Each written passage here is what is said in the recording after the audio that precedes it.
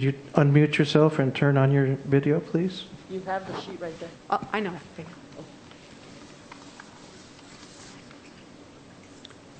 Maximus. Hi, Maximus. Thank you for joining us tonight. I'm going to go ahead and read your bio, and then you can lead us in the land acknowledgement statement. Maximus Thomas is a 9th grader at Tucson High. He is from the Babokivri district on the Tohono O'odham Nation. Maximus likes building things and taking things apart. Maximus also likes making stop-motion videos when he has time. He hopes to join the welding club next year and would like to join football or wrestling. Awesome. Well, thank you for being here, Maximus. Could you go ahead and lead us in the land acknowledgement statement?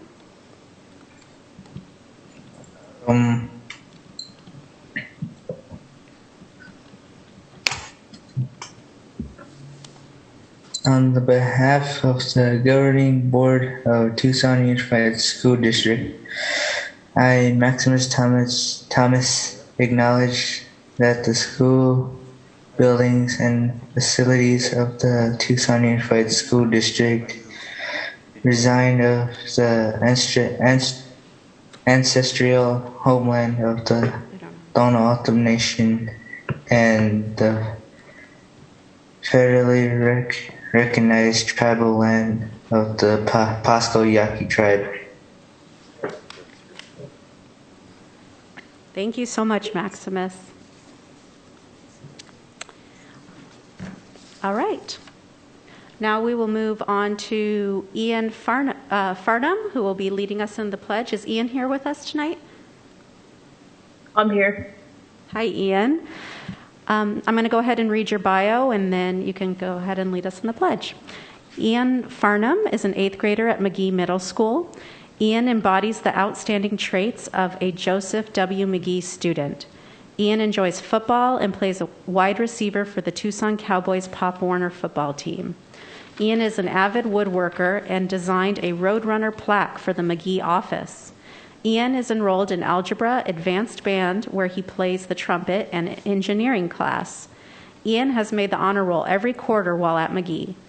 Ian has been a member of the Tucson Korean Ambassadors Program Club and now serves as president.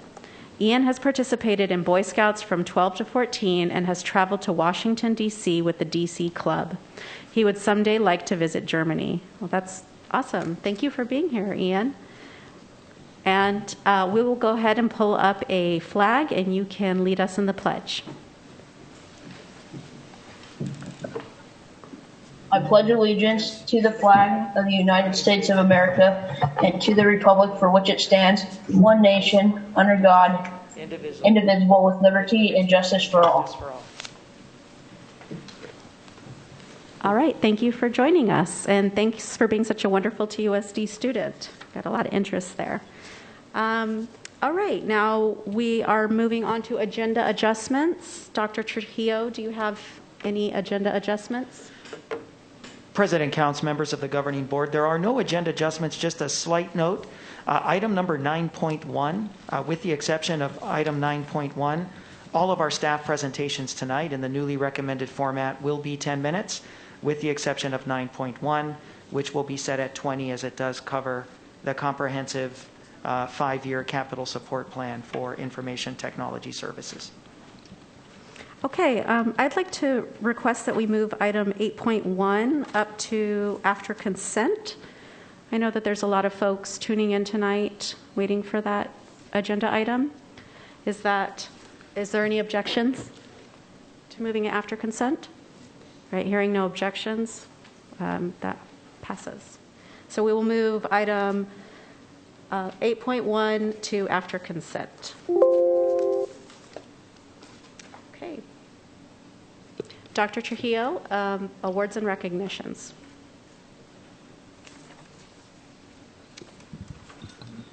Yes, President counts, members of the governing board, it's always a pleasure to celebrate the achievements of our students and staff. And so we're going to go ahead and get started this evening. If I can have Jean pull up our presentation here with the visuals. Thank you, sir. First recognition, I want to recognize the fine work of a couple of TUSD school safety officers that answered the call of duty and certainly went above and beyond. One of our staff member was leaving after her workday and suddenly realized somebody was inside her car.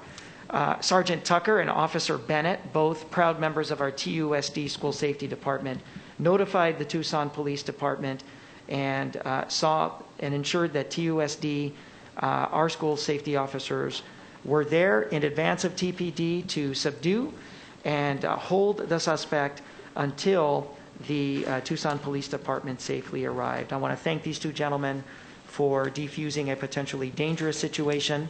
The suspect was armed, and these two gentlemen stepped up and ensured the health and safety of our employees. So I want to celebrate their service and their commitment to safety here this evening.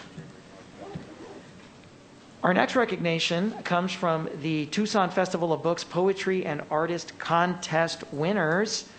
This year, Tucson Book Festival was done virtually, and we're excited to share to the community and to our board that we've got several winners from our schools.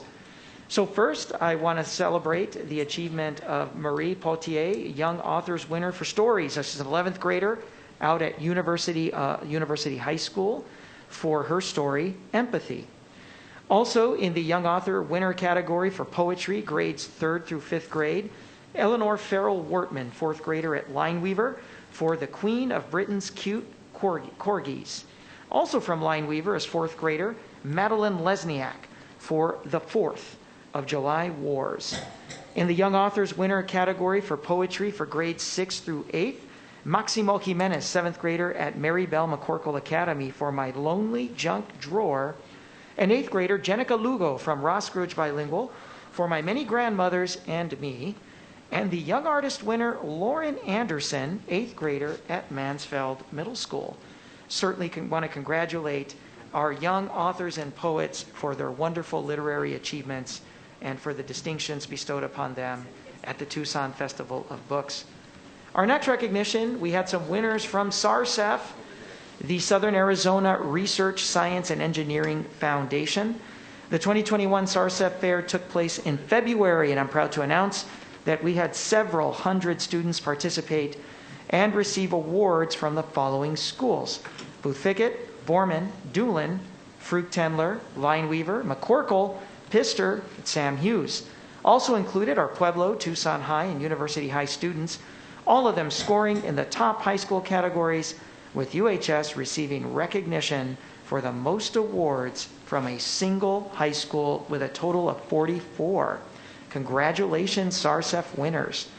Our next recognition comes out of the African American Student Services Brain Bowl. This year, 17 teams representing 13 K-8 and middle schools participated virtually in the 7th annual Black History Month Brain Bowl competition. Students competed head-to-head, responding to questions about the legacy and achievements of African Americans in our great nation, the state of Arizona, the city of Tucson, and right here in our own Tucson Unified School District.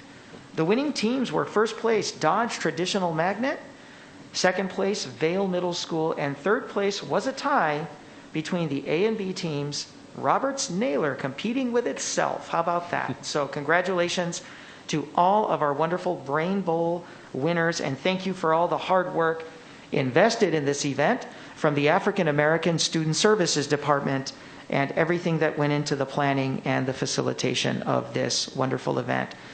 Our next recognition, we have an opportunity to recognize one of the many outstanding leaders that we have in the district. Borman K-8 Counselor Justin Curran, elected to the Arizona School Counselors Association Board of Directors.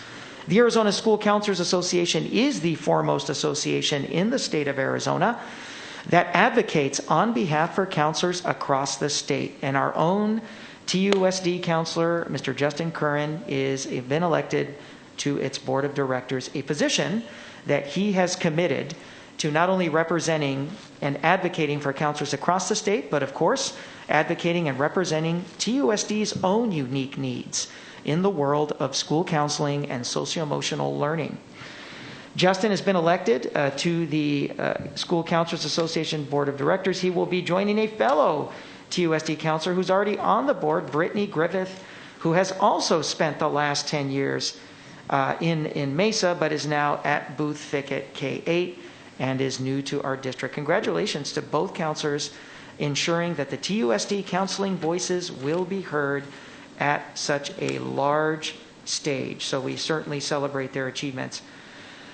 Let's celebrate the Mexican American Student Services Department, and congratulations, MASSD, for being recognized for your collaborative and supportive efforts in support of the 2020 United States Census.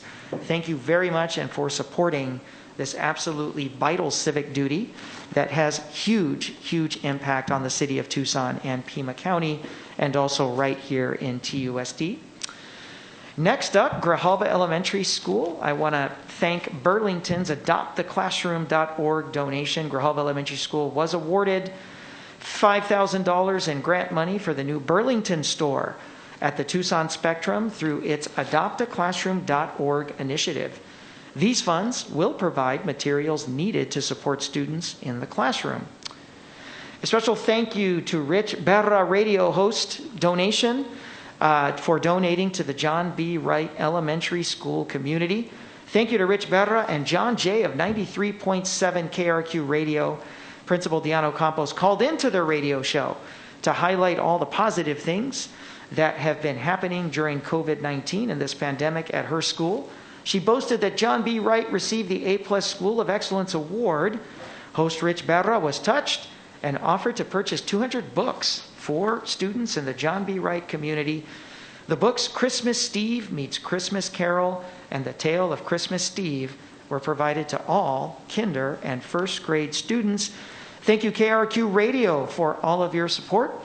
And certainly last but not least, I want a special recognition for Kathleen Perkins, philanthropist at heart in support of the John B. Wright community. As many of you know, John B. Wright sits in a challenging part of town socioeconomically, part of the Midtown community, surrounded by a lot of citizens in transition, challenged with food insecurity and housing. A lot of folks qualifying for Title I services in these communities.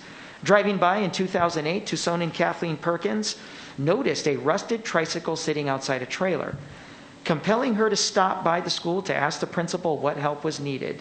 She learned of the school's high mobility rate, 100% federally qualifiable school free and reduced lunch services / Title I population, and other poverty markers. Combining knowledge with her CEO credentials, she began her efforts to bring top amenities to J.B. Wright. Since 2008, Ms. Perkins has helped donate over $750,000 in investments for the school. Thank you, Ms. Perkins, for your continued support and passion to ensure our students are supported on every level possible. And on behalf of the Tucson Unified Community and family, Ms. Perkins, we want to thank you for having the biggest heart in Southern Arizona and a heart that beats for the children and the young people of the John B. Wright community. President counts, members of the governing board, that concludes awards and recognitions.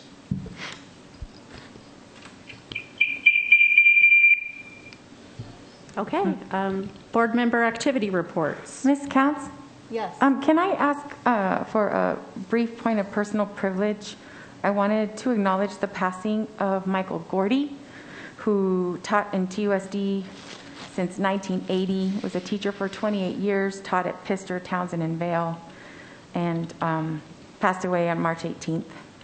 Our thoughts and prayers are with Bridget, his family, and friends. A lot of our TUSD community are mourning him, and so I was wondering if we could, in addition to so many other people in our TUSD community that have been impacted by COVID, if we can take a moment of silence.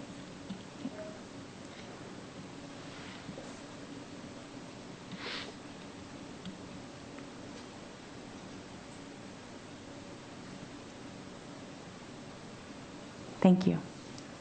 Thank you, Ms. Grijalva. Mr. Gordy was a wonderful educator and a real Tucson gem. Board members, any activity reports to report? I do, Ms. Count. Ms. Luna Rose? Thank you. Well, before spring break, and it was kind of the first week of March was still a love of reading. So I got to do some, I know some of my other colleagues here got to do it a little bit before, but I was excited. I've never done love of reading before. So I was able to read to the students at Grijalva, Lynn Ukiris, and Myers-Ganown. And it was a lot of fun. And I read the Lorax pretty much for every class because it's my favorite book of all time. And then I also took a tour right before we broke for spring break at Myers-Ganown. And I used to live in that neighborhood, and so I'm very familiar with the population. And it was a really good tour, and I really appreciated Ms. Stefanik's time there. And I'm looking forward to maybe some more tours. Don't want to get too much in the way since everybody's gone back to, well, not everybody, but a good portion of our student population and teachers have gone back to class. So hopefully I can resume those as soon as possible. Hello? Okay. I'm done, actually. Mary, sorry. Ms. Shaw.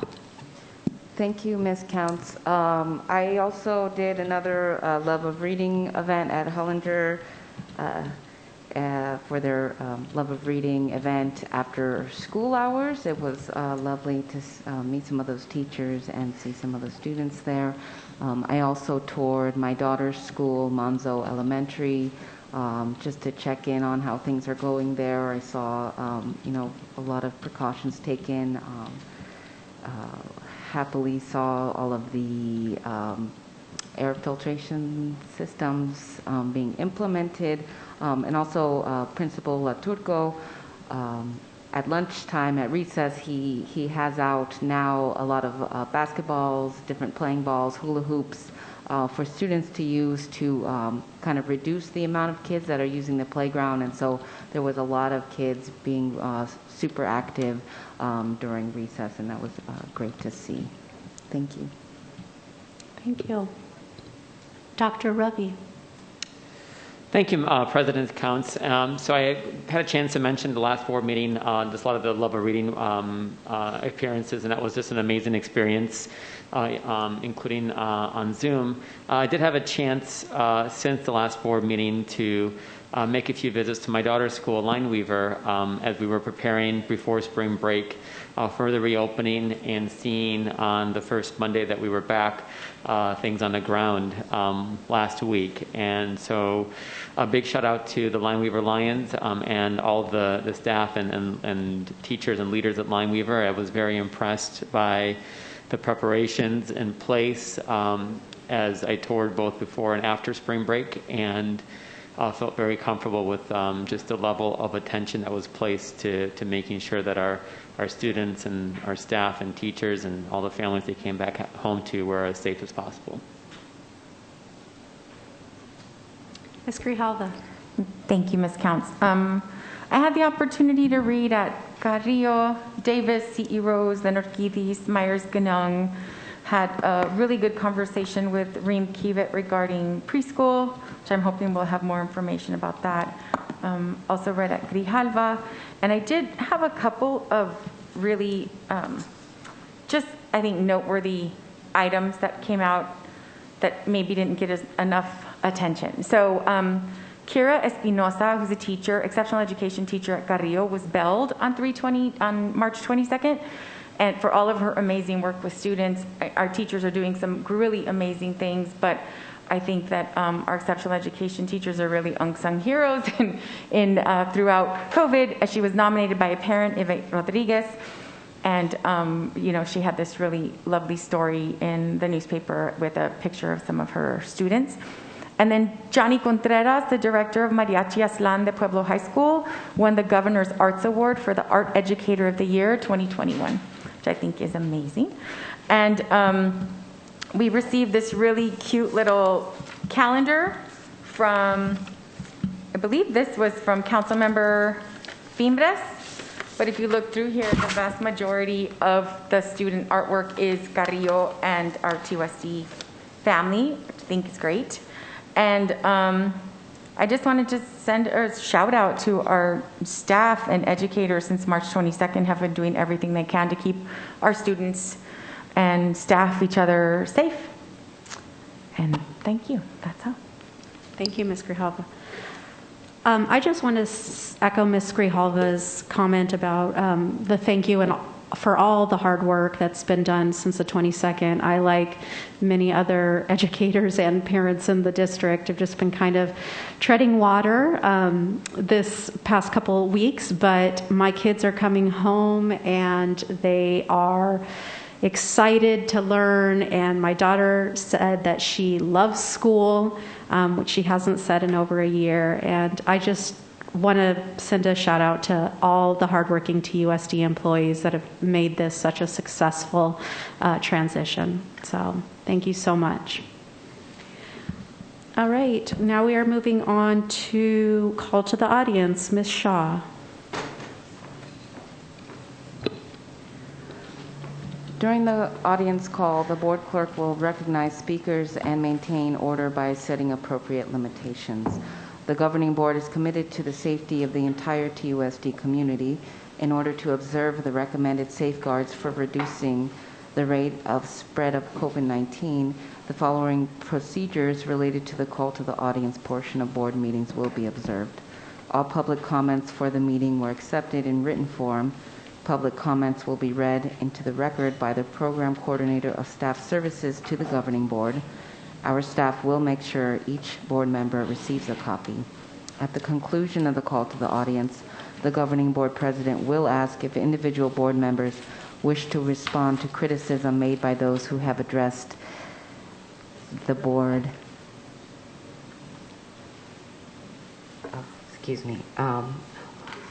Wish to ask staff to review a matter or wish to ask that a matter be put on a future agenda.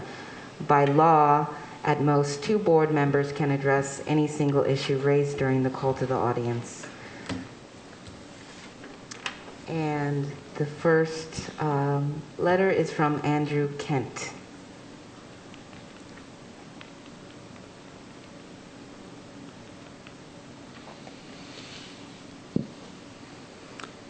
Ms. Gutierrez, will Ms. Pena be reading those? Yes, she is on Zoom. Okay. She was having trouble hearing earlier. Was she taken care of already?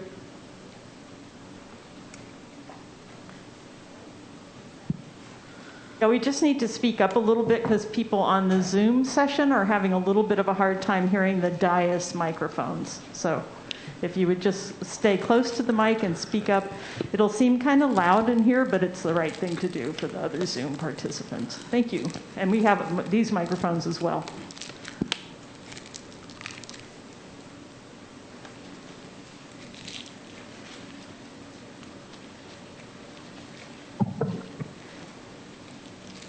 Can you hear me? Yes, we can.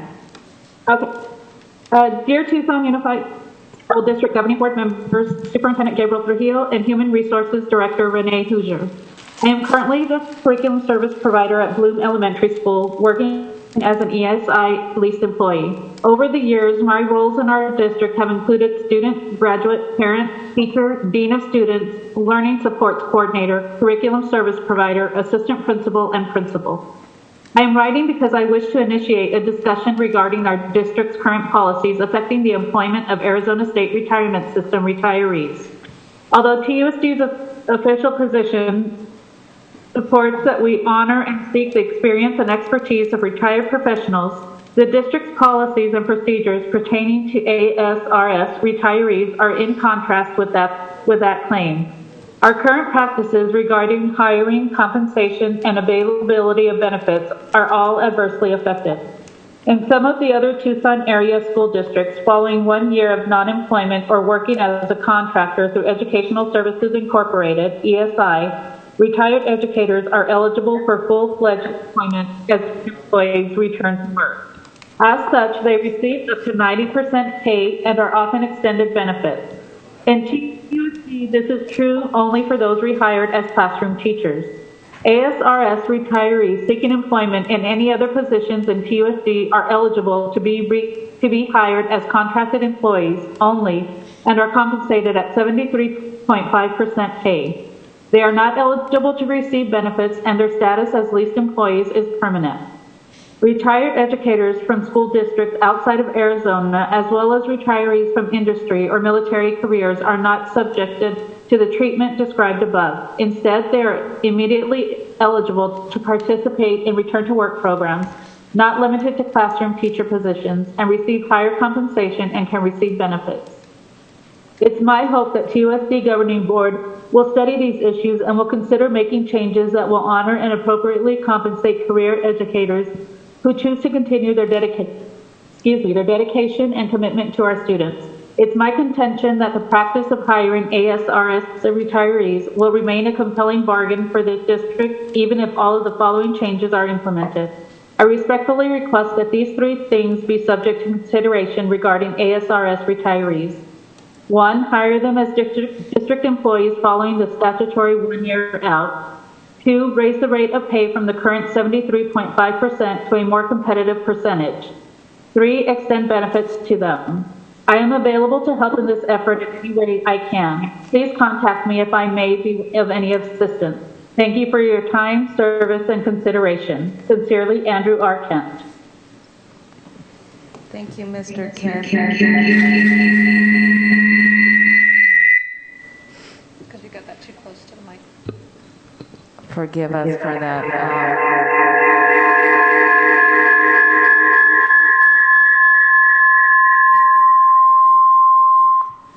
Okay. Okay. Next up is... No, my phone's on, but it's on mute. Should I?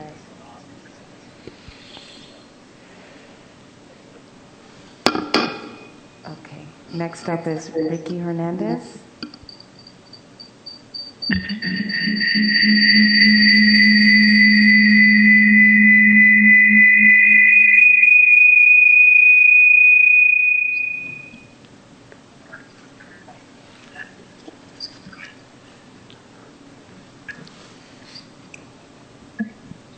Can you hear me okay?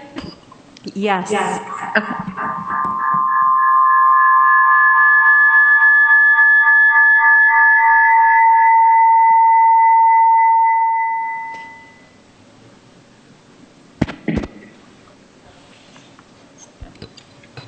Testing, testing.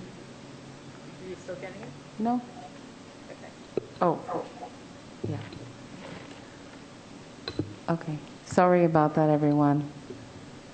Next letter is from Ricky Hernandez.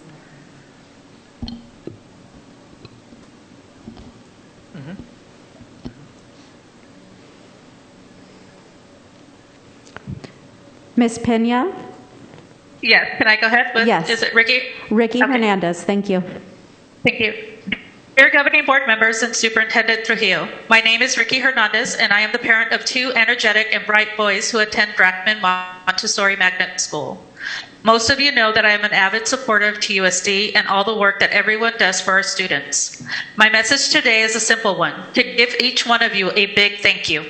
Over the last year, the district has taken on the enormous effort of ensuring that all our students are educated and teachers and staff are supported during the time of global crisis. I know it hasn't been perfect, and sometimes I look at some of your conversations and decisions with a side eye. Nevertheless, you persisted. My family and I stand toe-to-toe with TUSD, and I know there are lots and lots of families who feel the same way. I just know that you don't always get to hear from a lot of us who are thankful for the amazing job you do. Thank you to Dr. Trujillo for his unwavering leadership. He deserves the thanks, kudos, prayers, and support of this community. I would be remiss if I didn't thank the superheroes who work in every corner of the district, our classrooms, transportation, food services, central administration, and so many more. I know there's a lot left still to do, and that there's still decisions that are not easy and not popular, even with me, but you still deserve our gratitude. Finally, a special shout out to Dr. Celaya, the teachers and staff of Brackman, for being there for my family this past year. Muchísimas gracias. Next up is Desiree Webb.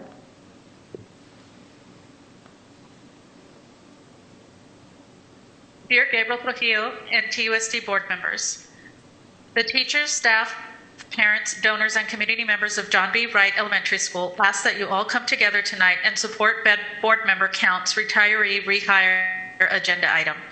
TUSD cannot afford to continue to lose the extraordinary retirees that come back to campus to offer their experience, leadership, knowledge, support, and resources. Surrounding districts are taking advantage of TUSD's non-competitive ESI policy and are employing our cherished retired employees that still wish to work. If you support TUSD's vision of providing students with an engaging, rigorous, and comprehensive education, then you will see that it is necessary to support board member Count's retiree rehire agenda item and keep our irreplaceable employees in our district. Desiree Webb. Next is Robert Stapleton. My name is Robert Stapleton. Please indulge me while I refamiliarize this body with its mission statement. Note the word ignore is nowhere to be found in it.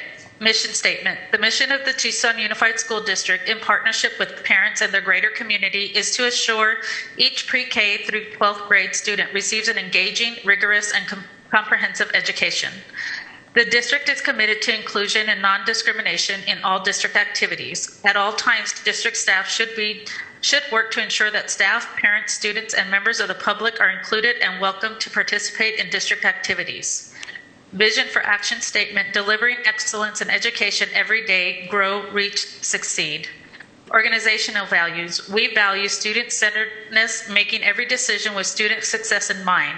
Caring, acting with respect, dignity, and concern for all. Diversity, celebrating and accepting our differences as our strength. Collaboration, partnering to reach common goals. Innovation, embracing new ideas and challenging assumptions. Accountability, taking responsibility to do things right and to do the right thing. My daughter is currently a sophomore at Tucson High. I write this as yet another attempt to bring your attention to the dismal state of affairs at this school. I have little doubt this board has previously received this information, as one of your members responded to the email sent to the board, from my wife. A single response out of the numerous attempts at contact of the principal, assistant principal, and counselor at THS, and subsequent attempts at contact, including those same individuals, Superintendent Dr. Trujillo, and even Senators Kelly and Sinema. One response. It's disturbing, and I hope that it hasn't happened again. Yes, it has happened again. It is happening. It has never ceased. This is exactly what we are trying to get through to all of you. This responding board member stated that all three of her children encountered these obstacles in class. Given her experiences and our own, it would appear that zero effort has resulted in, waiting for it, zero results. Sexual harassment, political and social bullying, racial bullying, and silencing from both students and teachers. Students engage in it and staff ignores it. If it's social or political, multiple teachers have engaged in and encouraged the aggressive silencing of a young woman's questioning and opinions because, as one teacher put it, well, you present as white, when students of color demanded that she not be allowed to speak or to have an opinion on a hot-button current event because she's white. These are all experiences my daughter has had to endure regularly these past 2 years. 50% of her high school career, she's felt isolated. Issues of teachers, personal politics, and social beliefs in class, regular predation by unrestrained male students, and finally, threats of sexual violence if she doesn't shut the F up. In the Zoom class chat, add to that the unmitigated gall of being asked, what is my daughter's role in all this? We see she's not a high-performing student, and then to be told maybe she... Ms. Pena, I'm sorry, Ms. Gutierrez is saying that that's time. Thank you. Thank you. Last is Marcelo Dominguez. Dear governing board members, please do not allow TUSD to hijack the principal hiring process. Selection of principals must continue to involve each school's site council. Site councils are comprised of dedicated stakeholders who understand school-specific needs and are tuned into each school's culture and long-term vision. Consolidating the principal hiring process will harm schools and embolden TUSD's long practice of criticism and nepotism. Respectfully, Marcelo Dominguez.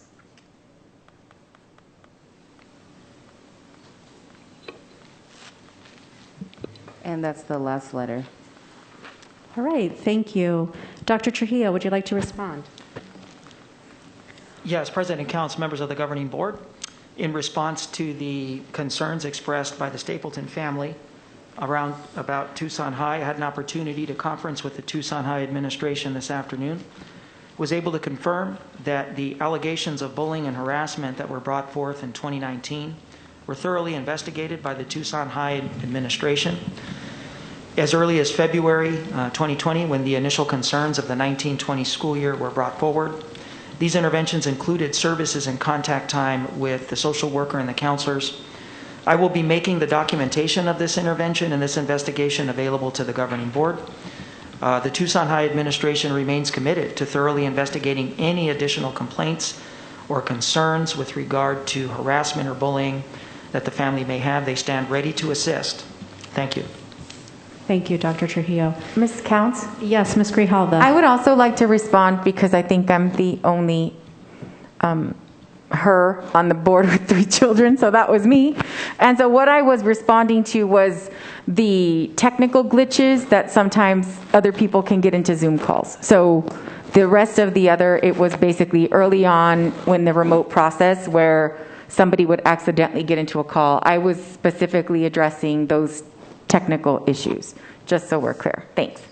Thank you for the clarification. Other board members?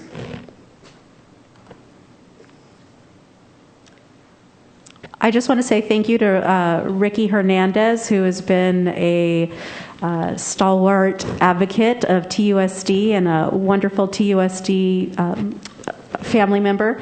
And this is a tough job, and I just appreciate the thank you. It's rare that we hear that, so thank you, thank you, thank you. All right. Dr. Trujillo, we are moving on to consent agenda. Yes, President Counts, members of the Governing Board. Just a quick note on consent before I formally present. Just a quick word of thank you to both our Human Resources Department and our Finance Department for putting the finishing touches on the COVID leave item that you'll see at the very top of the consent agenda. That's going to provide a fresh 10 days for every employee in the system of COVID leave should they present as COVID-19 positive, or should any dependent that they care for test positive for COVID-19. This is a measure that was called on by many of our employees through several forums that we facilitated earlier in the year, and even voiced requests by various Governing Board members that we extend this leave. We happily do so this evening. So just a quick word on that. With that, I would like to formally present the consent agenda item for your consideration as arranged and as prepared, item 6.2 through 6.17. Okay, I move that we accept the consent agenda as presented. I second. Ms. Luna Rose seconds. Any discussion? I have a Ms. Shaw? point. It's not on that specific item. Oh, it's not on a specific... It's not on 6.2. It's on 6.2? It is not on 6.2. Oh, is this the right time to bring it up? I think so, yeah. Okay. Mr. Ross, please interrupt if it's going off what we're supposed to be doing. Ms. Counts, I'm not sure if Ms. Shaw intends to remove something from the consent agenda, which of course she has the ability to do. Okay. Thank you, Mr. Ross. Yes, I would like us to pull item 6.8 because there's a significant increase in that budget. It was just passed, in November of last year, and we're doubling the amount we're giving them, and there's no documentation or rationale as to why. So I would like to pull it from the consent agenda. Also, I'd like to point out in item 6.4, with the book purchases for the CRC department, in the order of the book Piecing Me Together by Renee Watson, The quantity requested says 5, but the total amount of $272 doesn't really reflect that quantity, so I wonder if we could just reach out to the CRC department to make sure we have the right quantity for that specific book.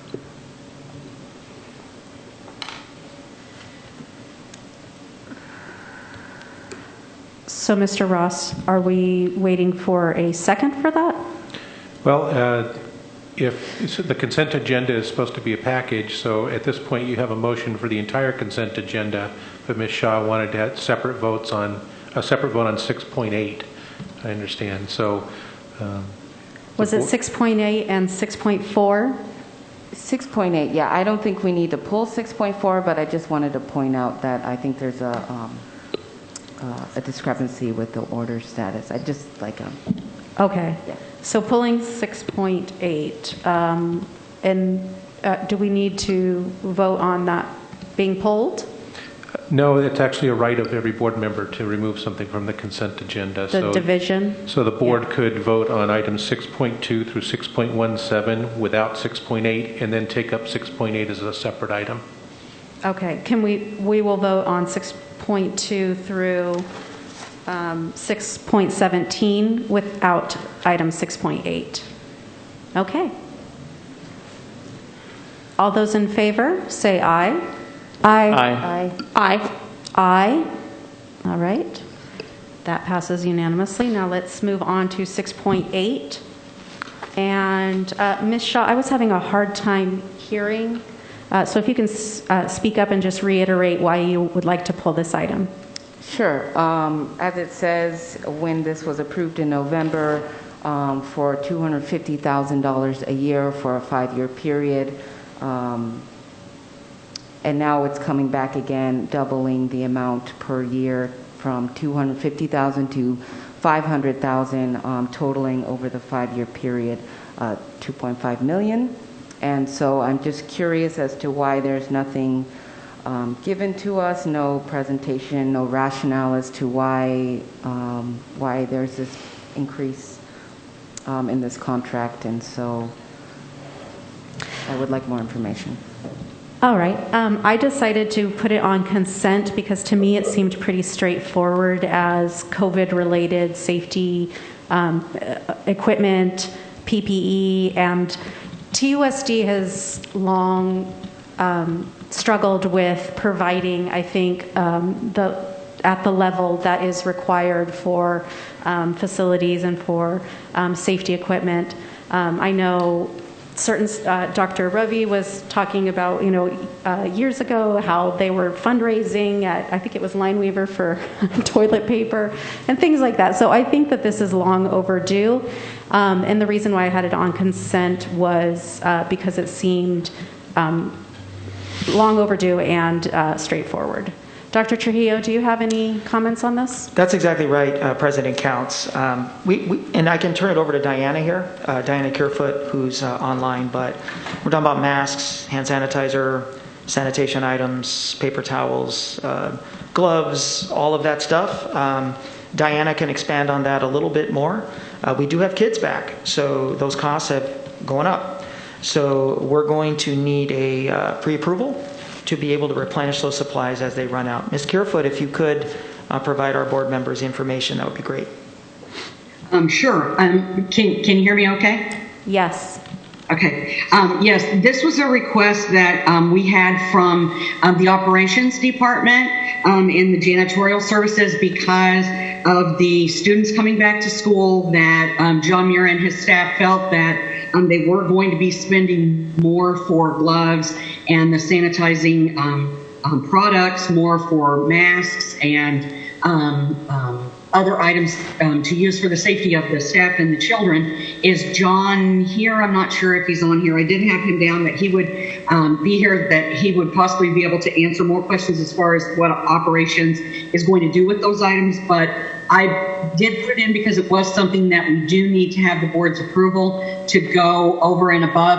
I know that they're saying that it could be an additional $250,000 a year to make it $500,000. then again, it may be something that you give us the approval and we can come back and look in subsequent years. It may be something that once we're through this in a year or two, it might die down to where we won't need as much, but I think I would want John to speak to that if he's available. Diane, I can speak to John's part because I did help him put this together. Okay. Our commitment to the schools is that they are never going to run out of paper towels, antibacterial soap, hand sanitizer, gloves, masks, and feminine hygiene products.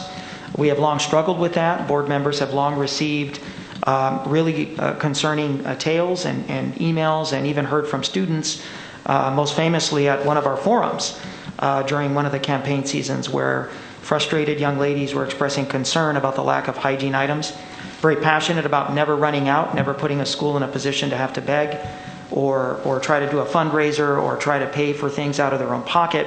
The way that we get at that is we pre-purchase, and that's what we're trying to do here.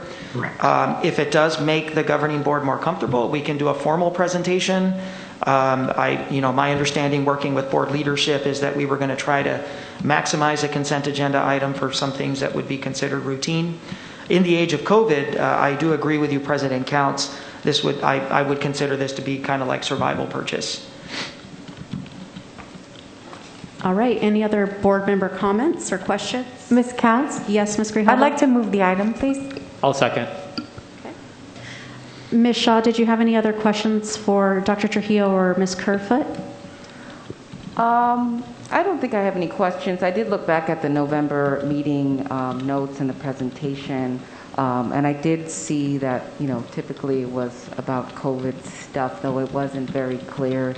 It was kind of on a spreadsheet, but I didn't notice anything about like toilet paper or hygiene products. But thank you for the info, Dr. Trujillo and Ms. Kerfoot. Okay, thank you. Michelle, Ms. Counts? Oh, yes. I would agree, though, that we do need a little more, like maybe a summary of what items we're going to be purchasing, because if that existed, then perhaps that would have answered some questions. Absolutely. The item. Thanks. Yep. If we can create that and then just have that emailed to the board, please. Thank you. Yes.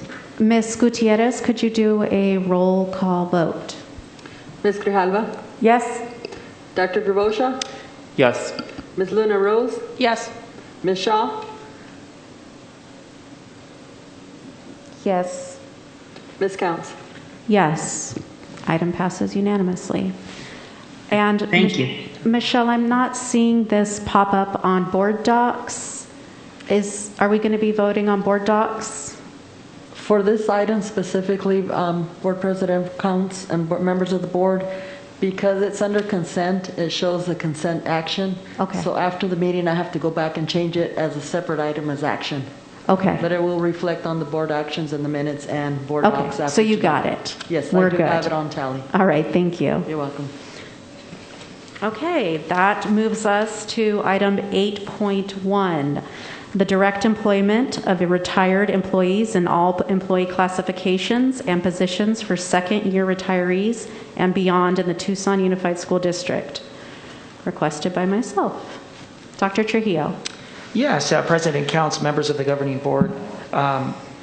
We are going to, I'm going to welcome our Executive Director for Human Resources, Ms. Renee Heuser, and our Executive Director for Finance, Renee Weatherless. They'll take us through the first two portions of the presentation, and then I will close at the very end, talking about where our administration sees some recommendations in this particular area. So with that, I believe you're going to lead us off, Ms. Heuser. Yes, thank you, Dr. Trujillo. Good evening, President Counts, members of the board, Dr. Trujillo, Councilor Ross. I appreciate your time this evening. I want to cover really quickly, because I know we're trying to keep everything to 10 minutes, just some factual information around the PRIO program. And I'm looking for, can you guys see the presentation? Is it up? It is now? Well, no, I'm sorry, it's not. I will just go ahead and start in, because I think the first couple of slides, there's not much to see. The first thing I wanted to talk about really was just why PRIO. Why does TUSD do PRIO? What is PRIO? The acronym stands for Post-Retirement Employee Opportunity. Sometimes that's called post-retirement employment options. I've heard it used both ways. But the state of Arizona, the Arizona retirement system, does not allow us to bring in a retiree on during their first year of retirement. So they actually have to go out and be retired for 365 days before they can return to an ASRS employer and work full-time. During that first year, they're allowed to work 20 hours a week for 20 weeks, and then they'd have to quit working. PREO allows the district to bring those employees back that first year full-time in 40-hour positions with no concern of them hitting that 2020 rule. Historically, we've also recognized some cost savings associated with leasing employees through a PREO-type leaseback program. Next slide, please. Perfect. So I wanted to just kind of give you an idea of how many employees we're looking at. In 1920, you can see our classified, certified, and administrative count there. We average around 200 per year. This year, we're running at about 158. It's kind of been a weird year, this pandemic year, so we're a little bit low. But that's kind of the breakdown of certified, classified, and administrative classifications. Next slide, please, Jean. This slide just really represents all the areas that our PREO employees work at, and you can see we've got them across the board. We've got them in classrooms, we've got them in central administration, we've got crossing guards, just all kinds of employees who are coming back to us as retirees and continuing to serve our TUSD students in our communities. Next slide, please. And this is the one I just kind of wanted to spend a minute on, because this really shows you what the other districts in our area are doing. So for example, Marana, virtually all of them use ESI. I believe there's one on here who does not. But what this shows us is that Marana, for example, uses ESI to bring back their PREO employees that first year, that year that they're not able to come in and work 40 hours a week. They do reduce the salary, this third column, by the ACR percentage. So when an employee comes back as a retiree, they're no longer a contributing member to ASRS. And so TUSD has to contribute on their behalf. They are taking the place of what would be a contributing member, and so ASRS says, no, somebody has to contribute. So the district is the contributor in that stance. That's why the ACR is reduced by that contribution that the district must contribute to ASRS on the retiree's behalf. You can kind of go down that list and you'll see like Nogales, for example, they bring their retirees back and they're only allowed to work for 2 years. They bring them back through ESI, which is a PREO employer, and then after 2 years, those employees have to apply and compete for another position within the district. Flowing Wells, for example, they direct hire the first year, but they don't allow their employees to work more than 20 hours a week. So they don't use ESI. Sunnyside uses them for the first year only, then they bring them back at 85% of the salary schedule. So this really just gives you a look at how all of the districts are sort of managing their return to work retirees. Most of them use ESI at a minimum for the first year, some of them past that, some of them only employ retired employees for 2 to 3 years. I believe it was Saharita that says only 3 years. Yes, then they're paid at 80% of the salary schedule placement. So with that, I am going to turn it over to the other Renee Weatherless, and let her talk about some of the costs. Thank you, President Counts, members of the governing board. I have put together some just estimated calculations. So one of the things that you need to know is that this count and that this calculation does not include teachers. And the reason being is that we do currently hire teachers back after the first year. So this does exclude all teachers in the cost estimate. So when you're looking at the leased salary, that is the cost to our leased company right now based on these individuals. The eligible for health insurance, so I did put a count. The count is solely based on FTE. It is not based on my knowledge of what current leased employees take health insurance. It's just based on knowing what our district policy is on who is eligible for health insurance. Everybody who meets that FTE requirement, I did the calculation on that.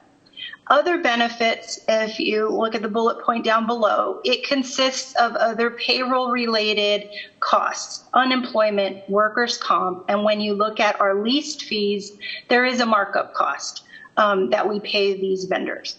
So for the existing cost of salaries of $4.3 million, we pay another $500,000 in other costs for a total of $4.8. So the calculations, these are two scenarios. What does it look like if we calculated those salaries to bring them back as employees at a full salary, 100%? So you can see the salary alone goes from $4.3 million up to $5.8 million. Eligibility for health insurance. These are district premiums. So for every employee that elects health insurance, a portion is paid by the employee and the other portion is paid by the employer. That is the portion that is represented here. This does not affect any claim costs or us being self-insured. That is not factored into here. So for a $5.8 million of salary, there is a potential of $500,000 of health insurance premiums. And then you see our other benefits, which is actually less. So instead of the $500,000 for leased, it goes down to only about $100,000. We would actually see a savings on that particular line. The reason being is that our district does have lower unemployment and workers' comp, and we would no longer be paying the markup fee. So that's why you're seeing that line as an actual savings. But the total cost of that at a full salary would be $6.4 million. Compare that to where we currently reside, we would be adding a total of $1.6 million to district expenses. So the second scenario is, what if we go to 90%? Well, then that lessens the salary a little bit, and the total cost, it goes from a 6.4 at 100% down to $5.8 million total, which again, compared to our current lease cost, would add a net total of $1.1 million to the bottom line of expenditures. Any questions on these actual calculations? Okay. Next slide, please. Then just to wrap up, that to bring back these individuals, it could be anywhere from the 1.1 to the 1.6 million in additional costs to the district. Of that additional cost, 78% of that would fall under non-instructional. So that is a number that we in the district have been working to increase. We've been successful at that over the past couple of years. And that's just something to note, that the majority of these costs would be non-instructional. As I mentioned before, the health insurance cost represents only a district premium. It does not include any potential insurance claims on our self-insured plan. This also does not take into account any additional leave hours. So as a district employee, you may be eligible for more leave than the leased company currently offers. That is not factored in any of these numbers. And then when we talk about alternate contribution rate, we currently pay the alternate contribution rate on leased employees. So if they remained retired and they're employed with us, we would continue that cost. So just know that there is no cost savings or additional cost there, that would remain the same. And I believe that is the end of the presentation.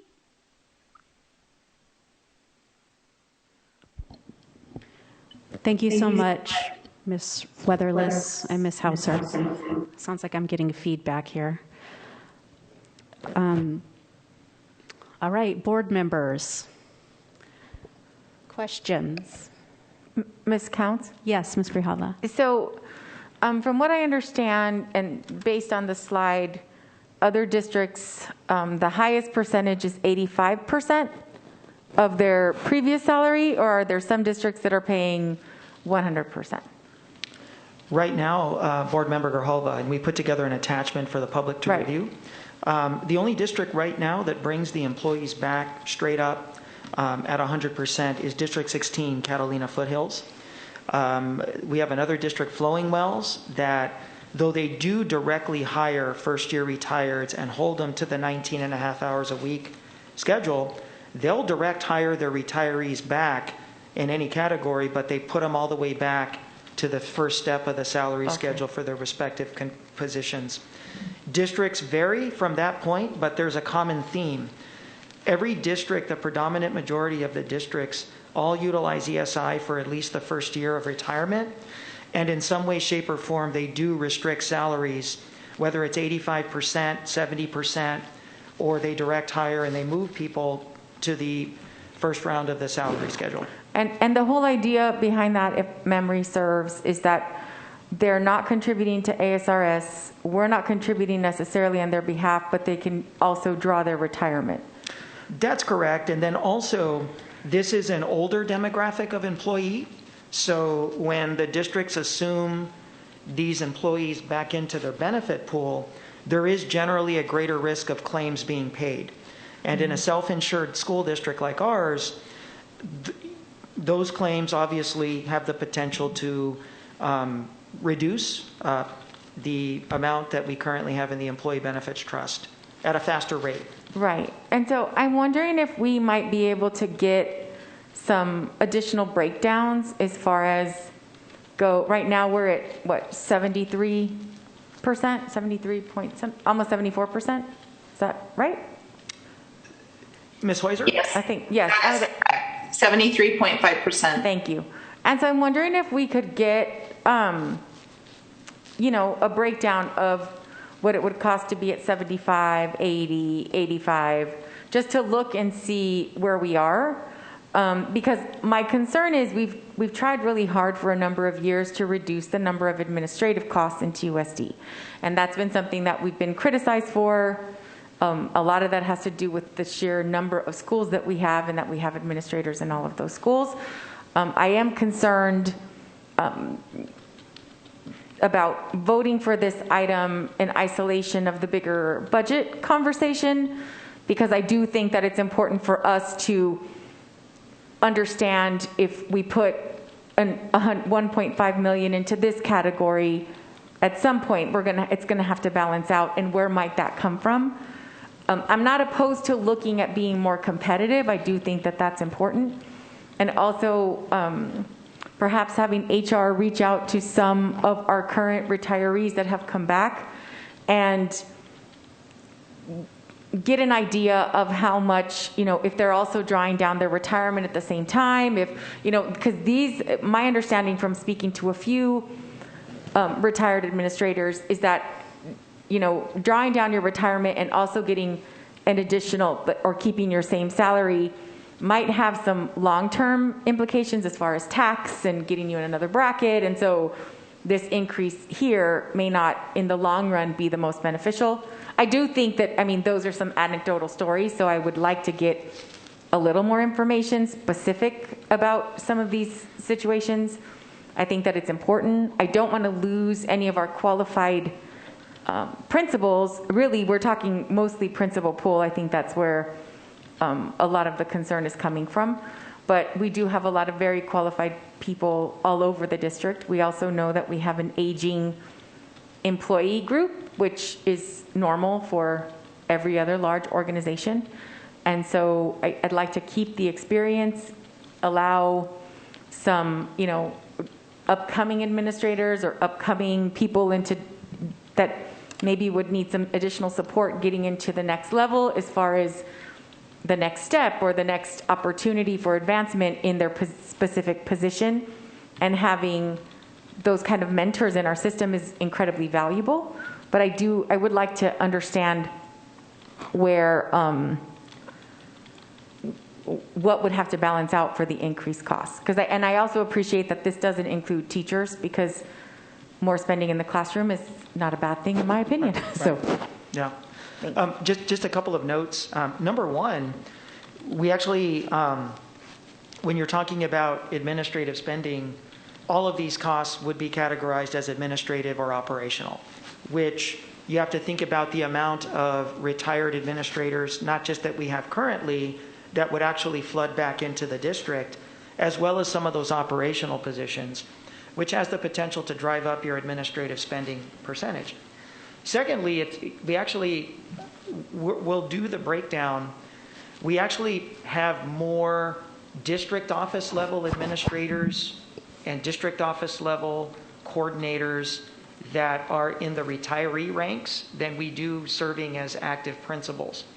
And so 95% or 85% of a district office salary or a principal salary is not the same as paying, say, 85% or 95% of a parapro salary for ex-ed. So I think we also need to kind of do the breakdown positionally. That way the board has exactly what the information is for each position. And just a couple of notes on the teachers, and you brought it up, great point, Mrs. Grijalba. We actually get compensated for, we get rewarded monetarily for bringing in veteran, if not retired, teachers through the Teacher Experience Index funding that we receive from the state. This year we got a 0.3 increase on that funding, and we actually got $600,000 for that. And that $600,000 actually cancels out any additional monies that we pay for directly hiring the teachers back in, whether it's benefits or alternative contribution rate. So it does, we do win on those two fronts when we direct hire the teachers back in retirement. It's increased money and instructional spending, and we get rewarded for it through Teacher Experience Index. Do you have any questions, Dr. Ravi? No. Okay. I am interested in seeing what a breakdown. I really would like to encourage our career educators that are working on sites at schools to stay within TUSD. And Jean, if you can pull up the slide where it shows where TUSD falls in line with other districts.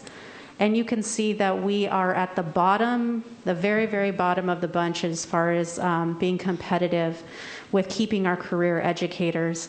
And it just in my short time, I guess it's relatively short time on the board, and just in my children's little school, Bloom Elementary, we have lost several people that were former principals at Sunnyside that came back to TUSD to be a teacher's assistant. And we lost them because they were not able to get benefits. And they were willing to go from, this 30-year super experienced educator to being a teacher's assistant and really in the classroom with the kids and affecting educational outcomes for the better for the kids that they are in direct contact with.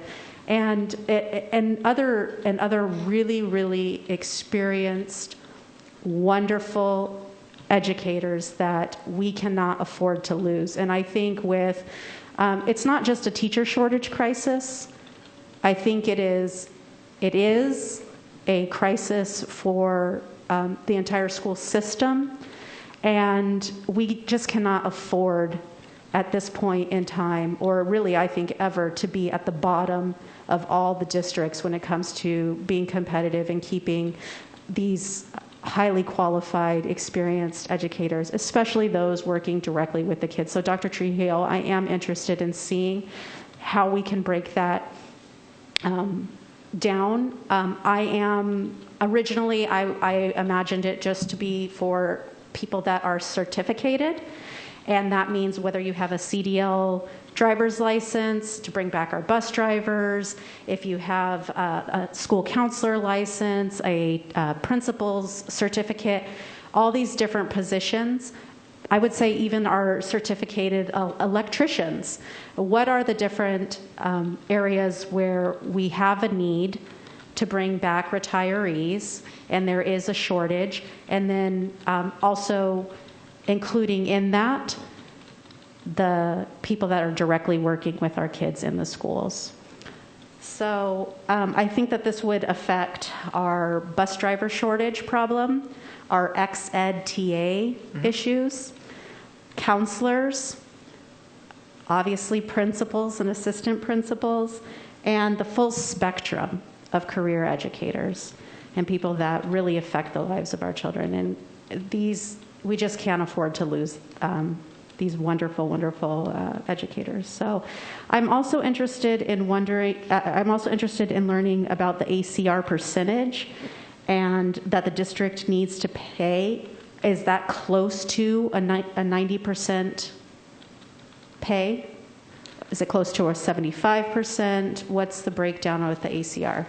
The alternative contribution rate is what we pay to the Arizona State Retirement System for retirees that are currently working for us. It's a smaller fee than what we pay with an active employee into their actual pension.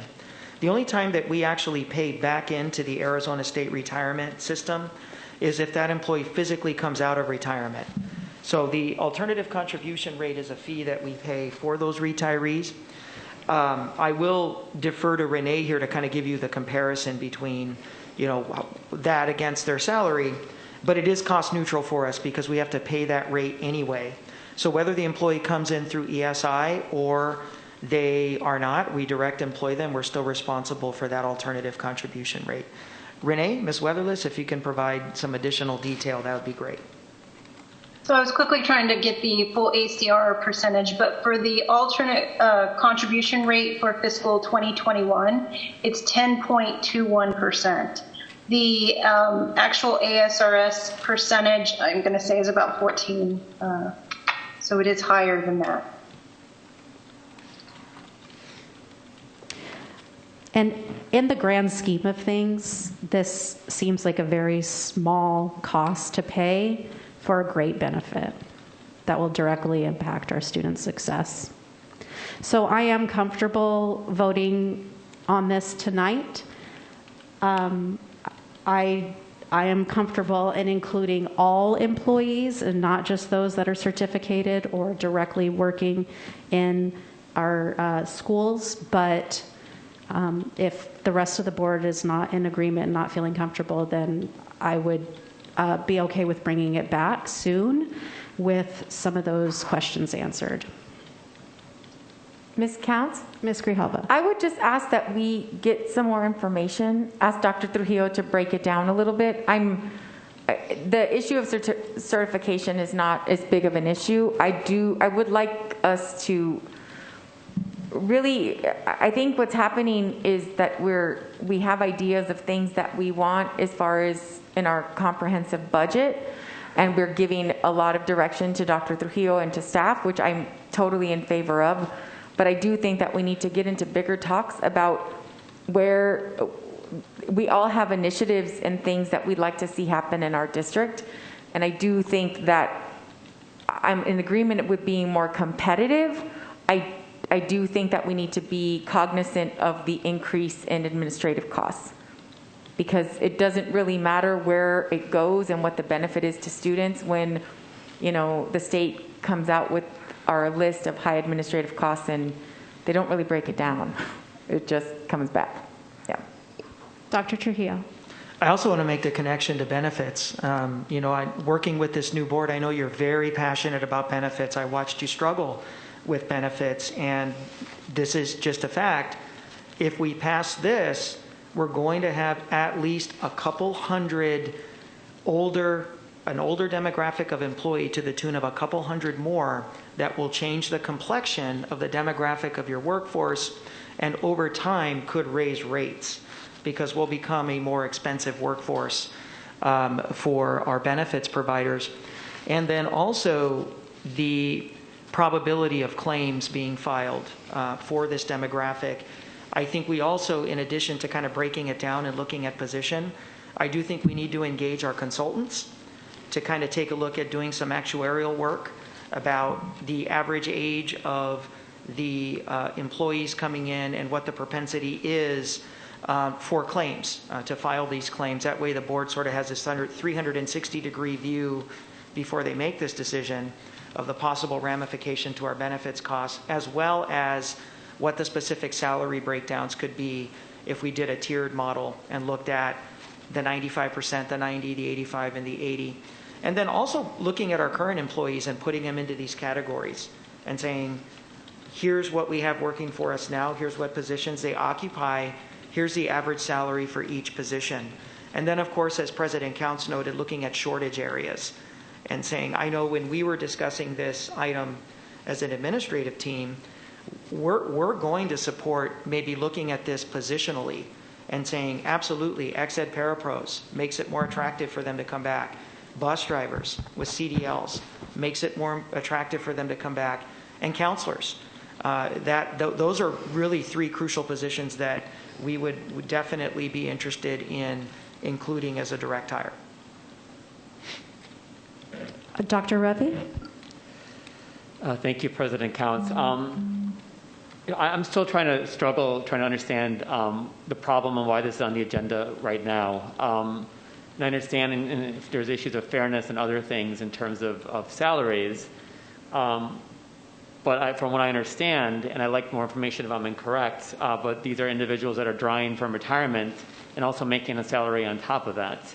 And I'd like to know more from HR, like are we having recruitment problems that this would help solve? Are we actually losing people to other districts after retirement because of other benefits and policies in other districts? And what are the problems that we're actually trying to solve? Because, you know, we've done a lot of work over these since a shorter time than you've been on the board, the 2 months I've been on the board, or 3 months now, and really throwing a lot of money at problems because of ESSER funds and other things coming from the federal government with COVID, where there's a $250,000 increase in supplies that we just voted on off the consent calendar or other things. But that's not what we're talking about here. This isn't just like a pool of funds at one time that we're trying to use. You know, this is coming out of our M&O budget. And when we look at $1 to $2 million coming out of our M&O budget for this, you know, as Ms. Grijalva said, you know, what are things that we're not doing? Because we have a limited pool of M&O budget that we can use. Are we not having more counselors or more, you know, music classes or other things? And I don't feel comfortable voting for this out of context of a larger budget to figure out what are we saying no to, because we're saying, you know, yes to $1 to $2 million on this. And I think also, you know, the unintended consequences of now classroom spending being lower, as Dr. Trujillo mentioned, you know, of our benefits trust, you know, being an issue. This is going to be, you know, potentially higher cost to our, you know, our regular employees who, you know, need to be in the district for the next, you know, 20 years, as premiums might increase in a couple of years as we address this again, as we just did in our last board meeting. And so I think there's a lot of unintended costs and consequences that we need to weigh on this. So I don't feel comfortable voting for this tonight, and I don't really feel comfortable voting for this out of context of an entire budget. Okay, I understand that, and those are all really good points. I wanted this on the agenda tonight because, as you can see from the presentation, we've already lost 50 retirees from last year. And this is hiring season for other districts. And like I said, my short time on the school board, we have lost multiple experienced educators to other districts because we are just not competitive. And right now, going into this next difficult year where I think recruitment and retainment is going to be at the forefront of our issues, that we need to get ahead of this and pass this in a timely way when this is hiring season for all districts right now. Ms. Counts? Yes. Thank you. So I'm sort of in the middle in between Ms. Grijalva and Mr. Gravashaw. I'm not sure if I'm exactly comfortable voting on this tonight, simply for the fact that I feel like we need a little bit more of a breakdown. I'm not totally opposed to it. I don't want to lose teachers that we need. Arizona's got a teacher shortage as it is, so I'd hate to lose the experience and the just to lose all that combined experience. But is there a way also, because we keep talking about being competitive, having numbers on how many have gone to other districts, or how many, like, what are the Vail Moranas of the world doing? How many have they gotten? How many students have they? Excuse me. Yes, ma'am. Board President, council members of the board, we are at the 30-minute mark. Would you like to extend the discussion or entertain a motion? I'd like to extend the discussion for, what is it, an additional 15 minutes. 15 minutes. Okay. Yes. Is that a motion that needs to be made? Mr. Ross? I thought the board discussion was that would be by motion. Oh, okay. Or you could ask for unanimous Okay. consent. Easy for me to say. All right. I'm just seeing that this will last just a few more minutes. So do I have unanimous consent to continue? Any objections? All right. Let's continue. Sorry, Ms. Luna Rose, go ahead. That's okay. So my previous point, I have to remember it. Okay. In that breakdown, can we look at is there a way to get those numbers of who we've lost and where they've gone to, and how that can impact for next year? And also, Dr. Trujillo mentioned about us, we did struggle with the benefits, so I'd really like to see how those numbers would affect that. Thank you. Okay, Dr. Trujillo. Yeah, just included in that breakdown, I think it's important to note that retirees also leave us because they get replaced by active hires. So the whole spirit of hiring a retired person is you're holding that position down until you can find the right fit for your campus. So when you take a look at the comparison between the number of retirees working for us this year versus last year, I think it's a combination of both. I agree with board president Counts. There is frustration. There are some retirees that leave us, but there's also a percentage of retirees that the campus just hires a newly active employee starting their career in TUSD, and they fill that position. So we can actually give you a breakdown of both to kind of show you through attrition what retiree positions were replaced with newly active hires in TUSD and positions where retirees left either for another district or to go into full retirement. So we can give you that full breakdown when this item comes back. Ms. Counts? Yes, Dr. Ruddy. Two quick things. First, under a request, I'm really glad that we're doing this in terms of the board format and having 30 minutes for discussion and ability to continue. My request is that if the time runs out in the middle of a board member's comment for them to be, or our staff member's comment, for them to be able to finish their comments before us having to vote to continue, so we're not interrupting someone in the middle of the comment. That's okay, Ms. Gutierrez. And my one clarification, just on what Ms. Luna Rose said, we're not talking about teachers here, right? We're not. This is just administrators and other positions. Teachers are in a different system completely, and so just want to clarify my understanding that we're not talking about teachers, and this doesn't affect our frontline teachers at all. That's correct. Okay. Yeah. Ms. Counts? Yes. The only other thing I wanted to bring up is I do know several people that are retiring this year, and a lot of it has to do with COVID.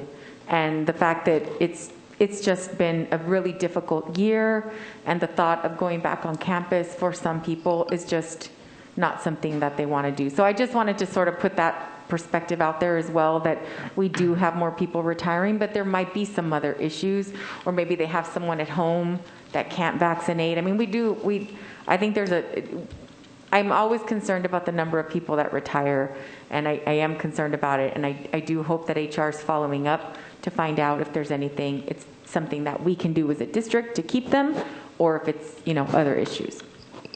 Thank you. Dr. Trujillo, I have a question about putting this in a larger context of the budget. What would that look like? Because the way that we've been studying the budget is in chunks and in sections. So how do we put this into the larger context? Well, I think the context you need is salary and compensation. So you have your salary and compensation study next week, and this item would be a tag-along item to that. And then you have your actual schedule to vote on salary and compensation at the April 13th governing board meeting. So I think we have two opportunities to provide you the information that you need, because that would be the most natural place to do it. Okay. As you're voting in salary packages for all your employee groups, you're also handling the retiree group as well. All right, great. That addresses the timeliness concern, and that this is hiring season, and I'd like to get ahead of this. Ms. Shaw, did you have any comments or questions before? I'm going to pull the item and ask that it be put on for our study session. Yes, thank you, Ms. Counts. I agree with most of the points that have been said already. I think probably a lot of those people who have left those positions might, like Ms. Grijalva said, be due to COVID. But I certainly think that, we do need more information before voting on this. And I do want to point out, it's a little off topic, but I'm sure we would have had a more comprehensive presentation had there not been a 10-minute limit on presentations. All right, thank you. So Dr. Trujillo, I'd like to pull the item, and we will get together and with all the information that you took from all board members and really hash this out for the study session. Thank you. Okay, let's see, where are we now? Item 7.1, administrative appointments. Dr. Trujillo. Yes, President Counts, members of the governing board. Item 7.1, we have tonight a recommendation to fill the position for the Director for Diversity, Recruitment, and Inclusion Programs. Tonight, I'd like to proudly recommend an alumni of Saguaro High School right here in the Tucson Unified School District, an accomplished human resources professional who's most recently been working as a human resources manager for the Arizona Daily Star. And he's been very impressive throughout this interview and selection process. So tonight we'd like to recommend Mr. Andre Bodie to fill this position for Director for Diversity, Recruitment, and Inclusion Programs. This is a key position to fulfill several crucial requirements, particularly reporting requirements in our unitary status plan. So with that, I'd like to forward him for your consideration. I'd like to move the item. Do I have a second? I'm sorry, Dr. Ravi. Dr. Ravi seconds. All right, any board member comments or discussion? All right, all those in favor, say aye. Aye. Aye. Aye. Any objections? All right, congratulations. Item passes unanimously. Is he here with us tonight? Andre, Mr. Bodie, if you are hi, Mr. here, Bodie. we would like you to invite you to say a few words. Introduce yourself and join the team. Good evening, everybody. Thank you so much for having me. I'm very excited about joining the team and accomplishing all the initiatives and goals that are going to be set before us, and really contributing to change. So I want to thank each and every one of you for your time, and I'm very, very excited for the opportunity. Thank you very much. Thank you, Mr. Bodie, and it's exciting that you're a TUSD alum as well. It's always nice to hire back our own. Welcome yes, back. ma'am. Go Cougars. Yay! Welcome back. Yeah. Thank you. Congratulations. Thank you very much. All right, Dr. Trujillo, item 7.2, approval of contracts for certificated staff. Yes, tonight the governing board considers approval of all 2,700 of our classroom teachers. Front and center tonight are our teacher workforce, and to give you the particulars is our executive director for human resources, Renee Heuser.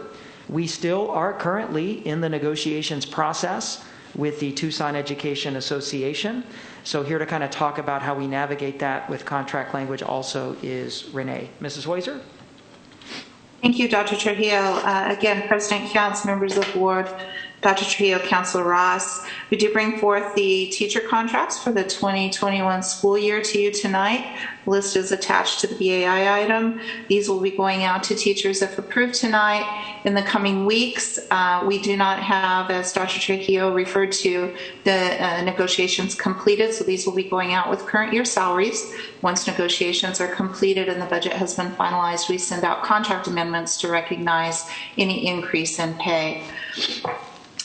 We appreciate your support and your vote on this item tonight. Thank you. Okay, I'd like to move the item. Do I have a second? I second. Ms. Luna Rose seconds. Board members, discussion? All right. All those in favor say aye. Aye. Aye. Aye. Any opposed? Great. Item passes unanimously. Dr. Trujillo, item 7.3. Yes, tonight I'll turn it over to, I believe, Mr. Coleman and Mr. Ross have been working together on this second read for security and surveillance cameras. Would you like to do the duties, Mr. Ross? Thank you, Dr. Trujillo. I'll kick it off, and Mr. Coleman can jump in. So this is a second read on ECAA. On security cameras, you'll see in the board agenda item there was one general comment without any specific issues with the policy.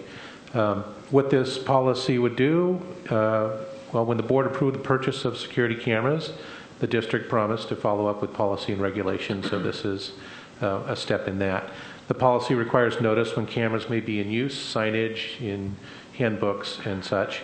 We would not be putting cameras in places where there is an expectation of privacy, and that camera footage can be used in evidence in a student or employee discipline procedure, but it has to be part of a complete investigation. It doesn't take the place of an investigation.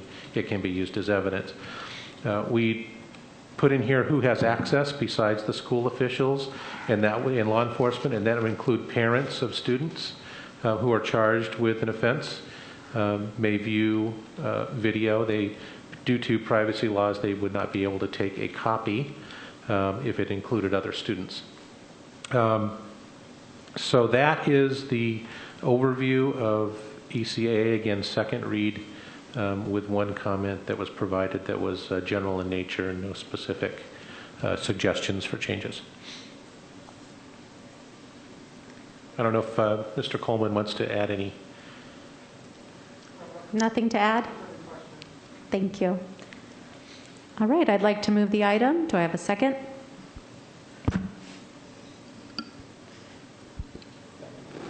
Dr. Ravi seconds. Board members, any questions? I have a question. Ms. Shaw? Thank you, Ms. Counts. And I know I asked this at the meeting where this was last presented, but I forgot the answer. Now, will these body cameras be always on those SSOs, or is it just when they're dealing with an incident? It is only when we are on a call for service or on site a situation going on, but routinely when the officers are on a campus, they will not be on. Or interacting with a person, again, unless it's a call for service or some situation that requires us to take official action, then we would turn it on. Okay, so it would be like a button that the SSOs would just turn on? Correct. You just push the front of the camera to activate it and to turn it off. Okay. And also, on that same note, so when they do turn it on and there is an incident, is the footage automatically uploaded to a server, or would those SSOs have to, take their device and upload it themselves? At the end of the shift, they put it into a charging bank, which downloads it at that time. Okay. And you said that, or the document said 15 days is like how long it will be saved to that server? It's roughly about 30 days, I believe, until it goes away, unless you pull it up and tag it as part of an investigation. And then it stays for as long as we want it to. Okay, thank you. So. Any other questions? I had a question. Yes, Ms. Luna-Rose. I guess maybe this is for Mr. Ross. On this, or I guess whoever wants to answer, when it comes to FERPA and there's a situation, students have been in the principal's office or whatever, are they informed of FERPA and pupil rights and that sort of thing? Ms. Luna-Rose, I'm not exactly sure who would be informing. So, is it maybe not necessarily principal, but as it goes on through the district channels? I mean, are they just informed of their rights? I guess that's the basic question. Okay, so the district sends out an annual notice of FERPA rights to families. And I can't imagine a situation where you're having an event and you provide FERPA notices. So I'm not really clear on if that's what you're asking, but there's an annual notification. And again, this policy requires notice that cameras will be in use, whether it's in a handbook or signage. So there's that notice, but in terms of while an event is occurring, provide some kind of FERPA advisory. That's not part of this policy, and Okay. I just wanted to check. Thank you. Mr. Ross, So if there is an incident and the cameras are being turned on, in that moment, are the people involved in the incident notified that the cameras are on? I was more talking about the fixed security cameras and not the body-worn cameras, Okay. but I can defer to Mr. Coleman as to whether that's part of their Well, procedures. are the body-worn cameras a part of this? Otherwise, it's a moot point. Well, the policy includes a paragraph about body-worn cameras, but there's also significant policy and training materials that school safety is producing on that part of it. Okay, it's relevant. Yeah. So, yes. So, yeah, I can answer that. No, our policy does not specifically require that we notify a person every time we turn on the camera. The practice is certainly, it's certainly available to them, but we realize that there's going to be situations where they're not going to have time to do that. Right. Okay, thank you. Mr. Ross? Yeah, I just would want to add that the notice that cameras would be in use doesn't necessarily tell somebody it's there or it's on the officer. It's just that you're generally aware in this area that you may be on camera. So I would say that notice should include, and we can certainly make that specific, that it could be fixed cameras or body-worn cameras. Okay. That would make sense to me to put in our procedures. I think I would appreciate that if we could include that in the language of the notice. Ms. Counts? Ms. Grijalva. So for the, we're saying that we're going to be putting this in the students' rights and responsibilities, like in a handbook? Is that what I heard? Yeah. That would be one of the places I would suggest that it's in more than there, that there's signage at sites, that it's in student handbooks at each school, and that it's in student rights and responsibilities. No, I agree, but I also want to make sure that the portion of the policy that says that parents have the right to look at the any tape related to if their child is in it, I think that's important to make note, because if we're talking about rights and responsibilities, that is one of their rights, as opposed to saying there might be cameras around. It's like, and if your child is in one, you have the right to look at it if, for whatever reason. I do think there should be a little asterisk there that parents have the right to look at those. Thank you. Agreed. All right.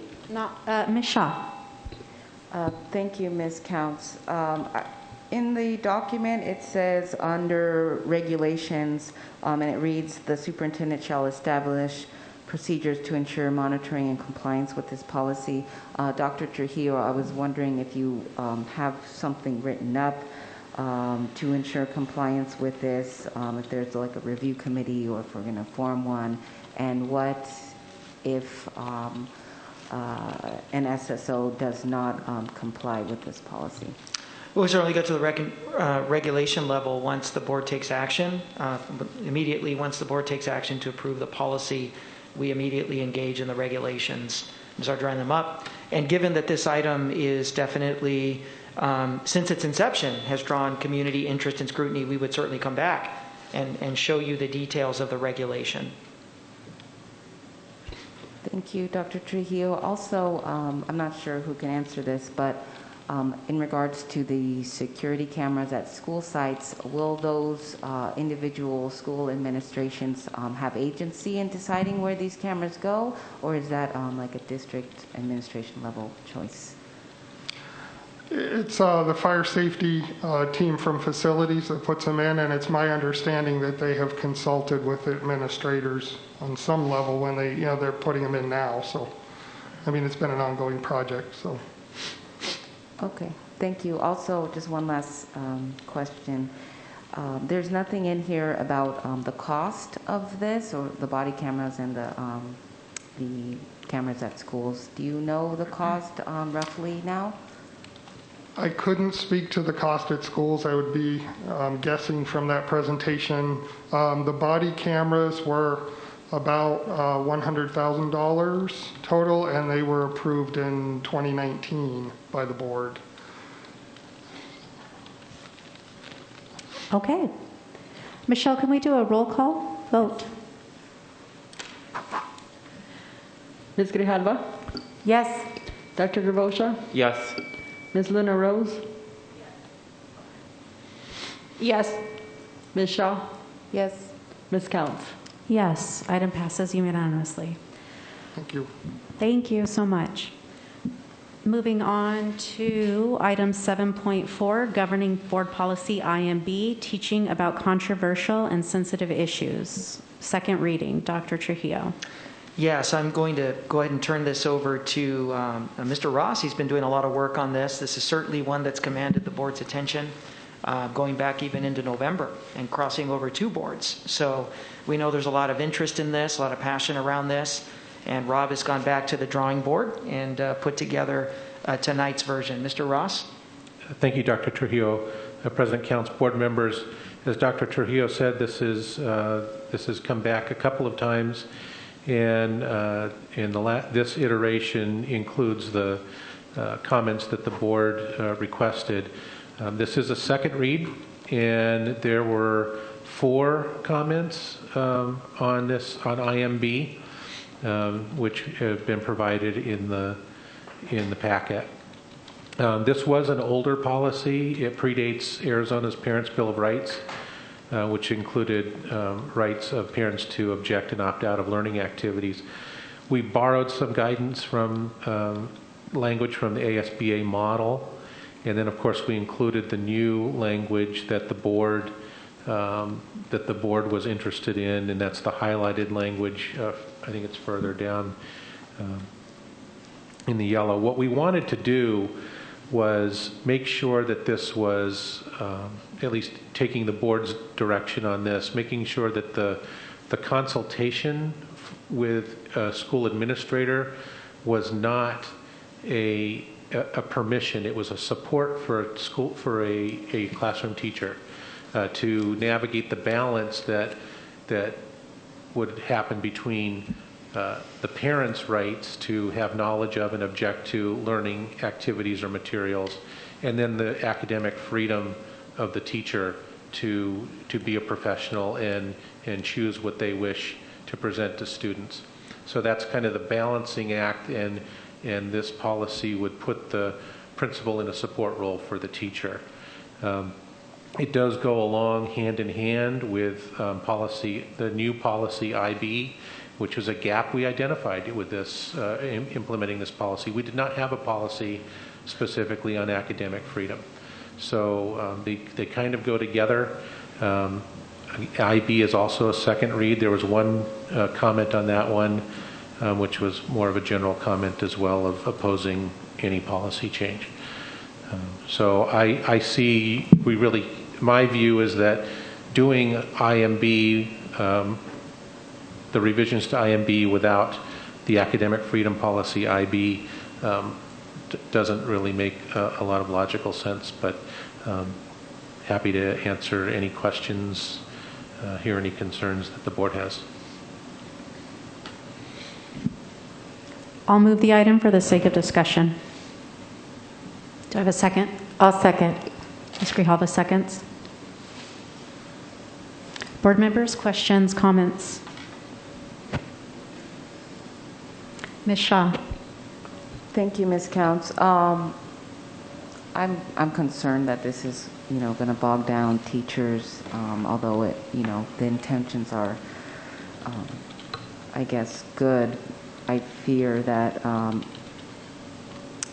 students who may need a multicultural education or, some of those sensitive topics, they will be, constantly pulled from those, from the classes or from learning about, sensitive topics that, I think everybody should at least get an opportunity.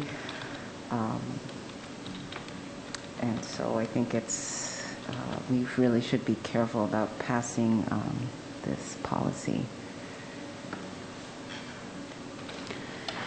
I struggle with this policy, as I have from the beginning, because of the potential to stifle academic freedom. I think even with the thoughtful way that Mr. Ross has composed this, it still leaves much open and dubious. And so I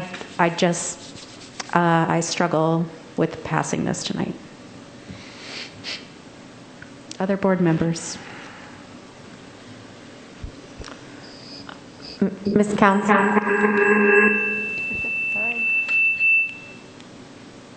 Ms. Grijalva? Yes. I do think that we have to have some sort of policy to help support the teacher in the classroom as it relates to talking about subjects that are uncomfortable. I also think it's important for the principal to know about it. Like this is, my assumption would be that most teachers have a curriculum that's outlined that, they can give a heads up to. As a parent, I would appreciate an email. It doesn't mean that I have to have there's a permission slip signed or something.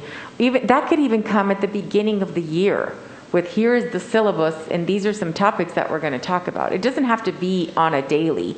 I think that it's important that we do that. And then it's like, if I have, as a parent, have any concerns, reach out to your child's teacher, reach out to your principal. So then hey, Sarah's mom over there doesn't want her to be in this lesson. Okay, fine. But for the most part, I think that a lot of this can be accomplished with a really information at the beginning of the year. I don't think it has to be something that we're reporting on daily. And those were some of the comments that I heard. And so I don't know if that clarification has to be in this policy. So a teacher doesn't think that every time they're going to talk about something that is a sensitive issue, they have to send home a permission slip. Because that, I think, would discourage really good teachers from talking about these subjects that promote critical thinking. And I want to encourage that. So I just wanted to throw that out there because I do know that when some classes at the U of A, when I was taking them, they would kind of throw out, we're going to be talking about these subjects. Good to know. Like Western Civ had a whole, we're going to be talking about the Holocaust. And so it's as an older student, it was good it was just an FYI. But as a parent, I want to encourage my children's teachers to talk about things that are uncomfortable. But it's nice to get a heads up. Ms. Luna Rose. Thank you, Ms. Counts. I agree with Ms. Grijalva. As a parent, I would like to have an email, and it doesn't have to be all the time. Maybe at the beginning of the syllabus, this is what we're going to be talking about this semester, just like you would do in a college course.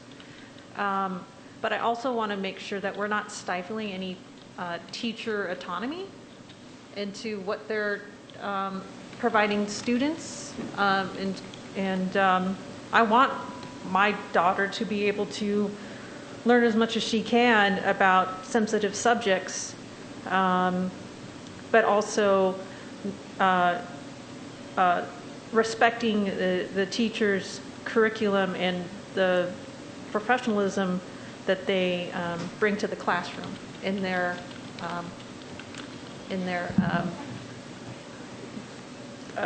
the way that they present the information, and that they have the freedom to do so.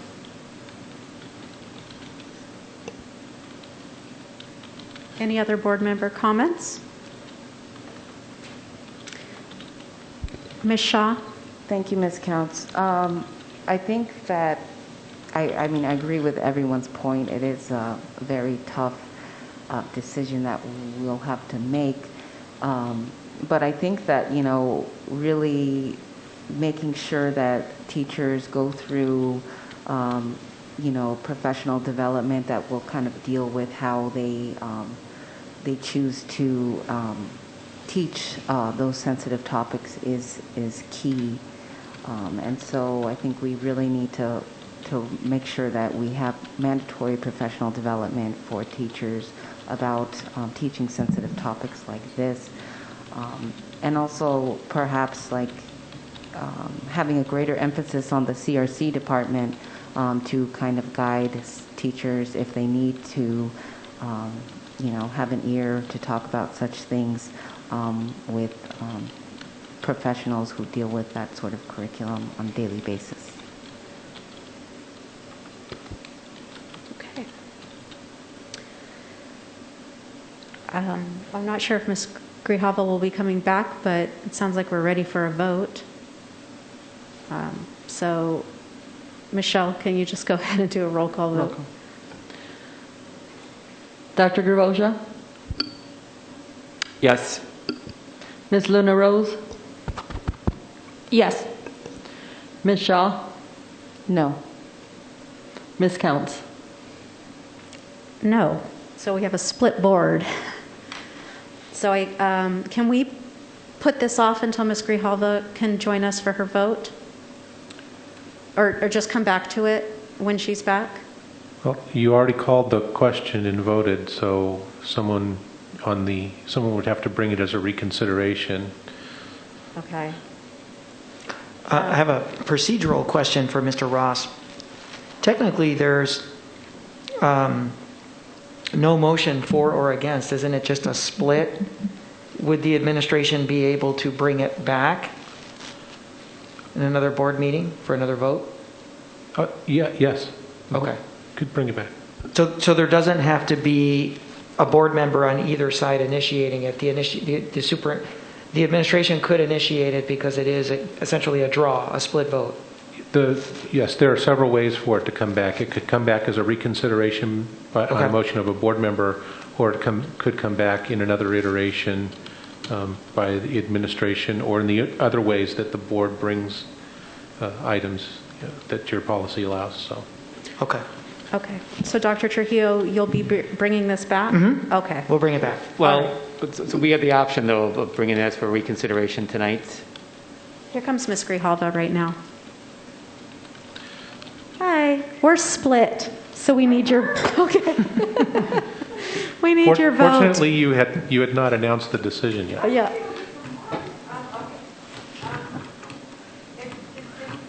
Is this a split to call the question? No. Or is this a split for the item? Split for the item. I would rather continue the item and work out some of the little details that I think would make it easier for a teacher to implement a policy like this, and maybe ask legal to put this out to other teachers, like just some teachers and principals, and say, what's your read on this? How would you implement this? And I think that would alleviate some of the concerns, because I do think it's important for us to have a policy. I'm not comfortable voting for this one yet. All right, so we go with our original plan to bring this back. Thank you. And board members, just please get with Mr. Ross and Dr. Trujillo and trying to bring our wishes and hopes to fruition in this policy. Thank you. And Ms. Counts, I do want to apologize. I should have shared my concerns with Mr. Ross before the meeting, because I do think that is always helpful so we're not trying to wordsmith on the dais. Definitely. So I apologize for that. No worries. Thank you so much. All right. Ms. Counts? Yeah, I'm sorry. Yeah. I just want to make sure the minutes are accurate. Are we going with the 2-2 or are we going with 2-3? Let's go with the 2-3. Yeah. So, because I heard Ms. Grijalva say basically no, you're not comfortable with voting on this tonight. Well, yeah, but I do want it to come back. Yes, right. We're going to come back. Okay. Okay. Thank you. Ms. Counts, before we move forward technical, I have trouble, I'm not sure if the other side has trouble hearing this side, but I have trouble hearing Ms. Shaw and Ms. Luna Rose at times, and I'm not sure if it's feeding into the microphone, into the system, but just want to, I don't know if there's a technical way to try to solve that, but I'm having some difficulty in hearing. I'm having a hard time as well, so we'll just have to be mindful about speaking. I'll try to get my mouth as close as possible. Is that That's better? Good. That's okay. Well, I was told earlier that my face gets cut off, so I'm trying to figure out between the camera and get my mouth to the mic. So apologies those who are watching if my face gets cut off. Turn your camera. Is that better? No, I think it's a little better. It's a new world a here, new dawn. but Okay. we're making it work. And yes, that's much better. The closer you are. Thank you. Thank you for bringing that up, Robbie. Appreciate it. All right, Dr. Trujillo, item 7. Where are we? 8.2. Yes, President Counts, board members, we're on item 8.2.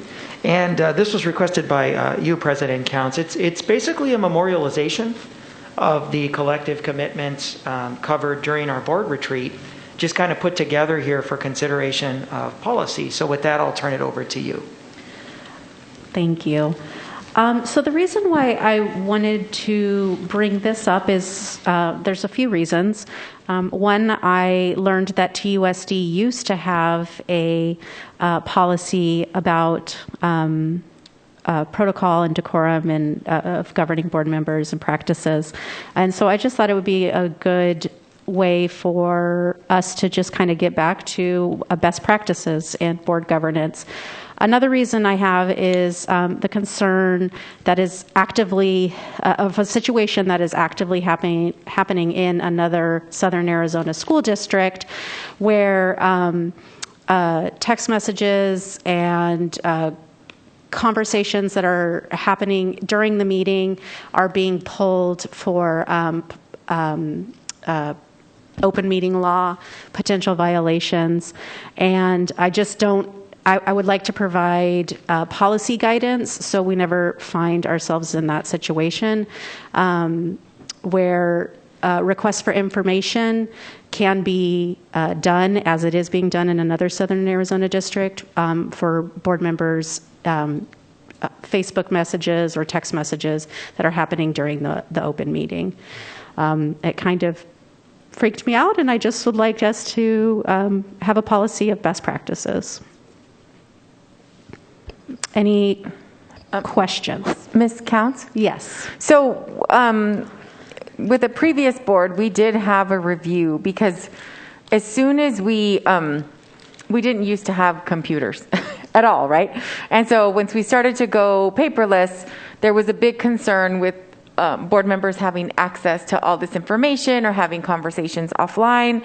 And so we started talking about understanding that anything that we do during the board meeting can be considered as part of a request for information, all of them. And so as parents, I think that we're concerned because our children are home and something could happen. And so it's important for us to I understand the emergency need. And so one of the things that I'd asked initially is like, if I exchange a text with my husband that has nothing to do with the board meeting, I don't have a problem with people looking at that because it's like, I had a concern. But we do have, and it's happened to me, and I know it's happened to other board members, not necessarily the four of you, but I know it happens where we have people texting us during the board meeting, asking us to ask something. And I think that when we were all home, it got... For me, personally, I'm just going to speak for myself. It became very comfortable because you can have more than one screen. You can be doing a lot of different things while you're also, paying attention to the meeting. And so I'm glad that this is coming up because I do think that it's important for us to be aware of the fact that it's anything that we do during a board meeting, even if it's not on a, TUSD device, can be asked. I mean, it can be pulled as a records request, and we would have to provide it. The other thing is I wanted to explain why this policy disappeared. It was really, initially it started out as something that looked very similar to this one, and then it became very prescriptive, so it was like 7 pages or something if memory serves. And it said specifically there that, it's a meeting of the board. It's not a meeting with the superintendent, and the superintendent's only allowed to respond to questions when asked, that kind of thing. And so I do like that this makes it a lot more of a team. There's a lot of us as part of this. We can't make the decisions, the 5 of us in isolation. We need people to support. So I think that that's important. I don't have an issue necessarily. I just wanted to hear from other board members on how they felt about some of these, because I do think like some of the concerns that I might have initially is, board members and staff will not undermine the decision of the board. That doesn't mean that you can't be vocal about your opposition. Like if you're in the minority on a vote, it's fine for you to talk about it, and then you just say, okay, now we're gonna. I've done it many times. It's like, I hope I'm wrong. I hope that it's very successful. I hope I'm totally wrong on this issue. And sometimes I have been. So I just wanted to sort of bring that up because I do think that that's important. And specifically talking about, the confidentiality laws and how they apply. Sometimes once votes are decided and everyone knows the position for everybody, it makes it easier sometimes to talk about the executive session that came before the vote. And I think it's an important reminder. I also like the fact that it's only 2 pages. That's nice. Simple is best. Dr. Ravi. Thank you, Ms. Counts. This is great. I'm glad we're doing this and setting some standards. There were 3 of the items that I had noted that I wanted to either have some revisions to or just to clarify. The preparation number 3 during number 5 and after number 1. On the preparation number 3, we receive a lot of comments and feedback, whether I'm just texting, other parents or other things. Like I don't want to bother Dr. Trujillo with every single comment and everything that I get. Right. So I think maybe making it more specific on, if relevant or changing the topic as opposed to just informational for me to hear from people on preparation number 3.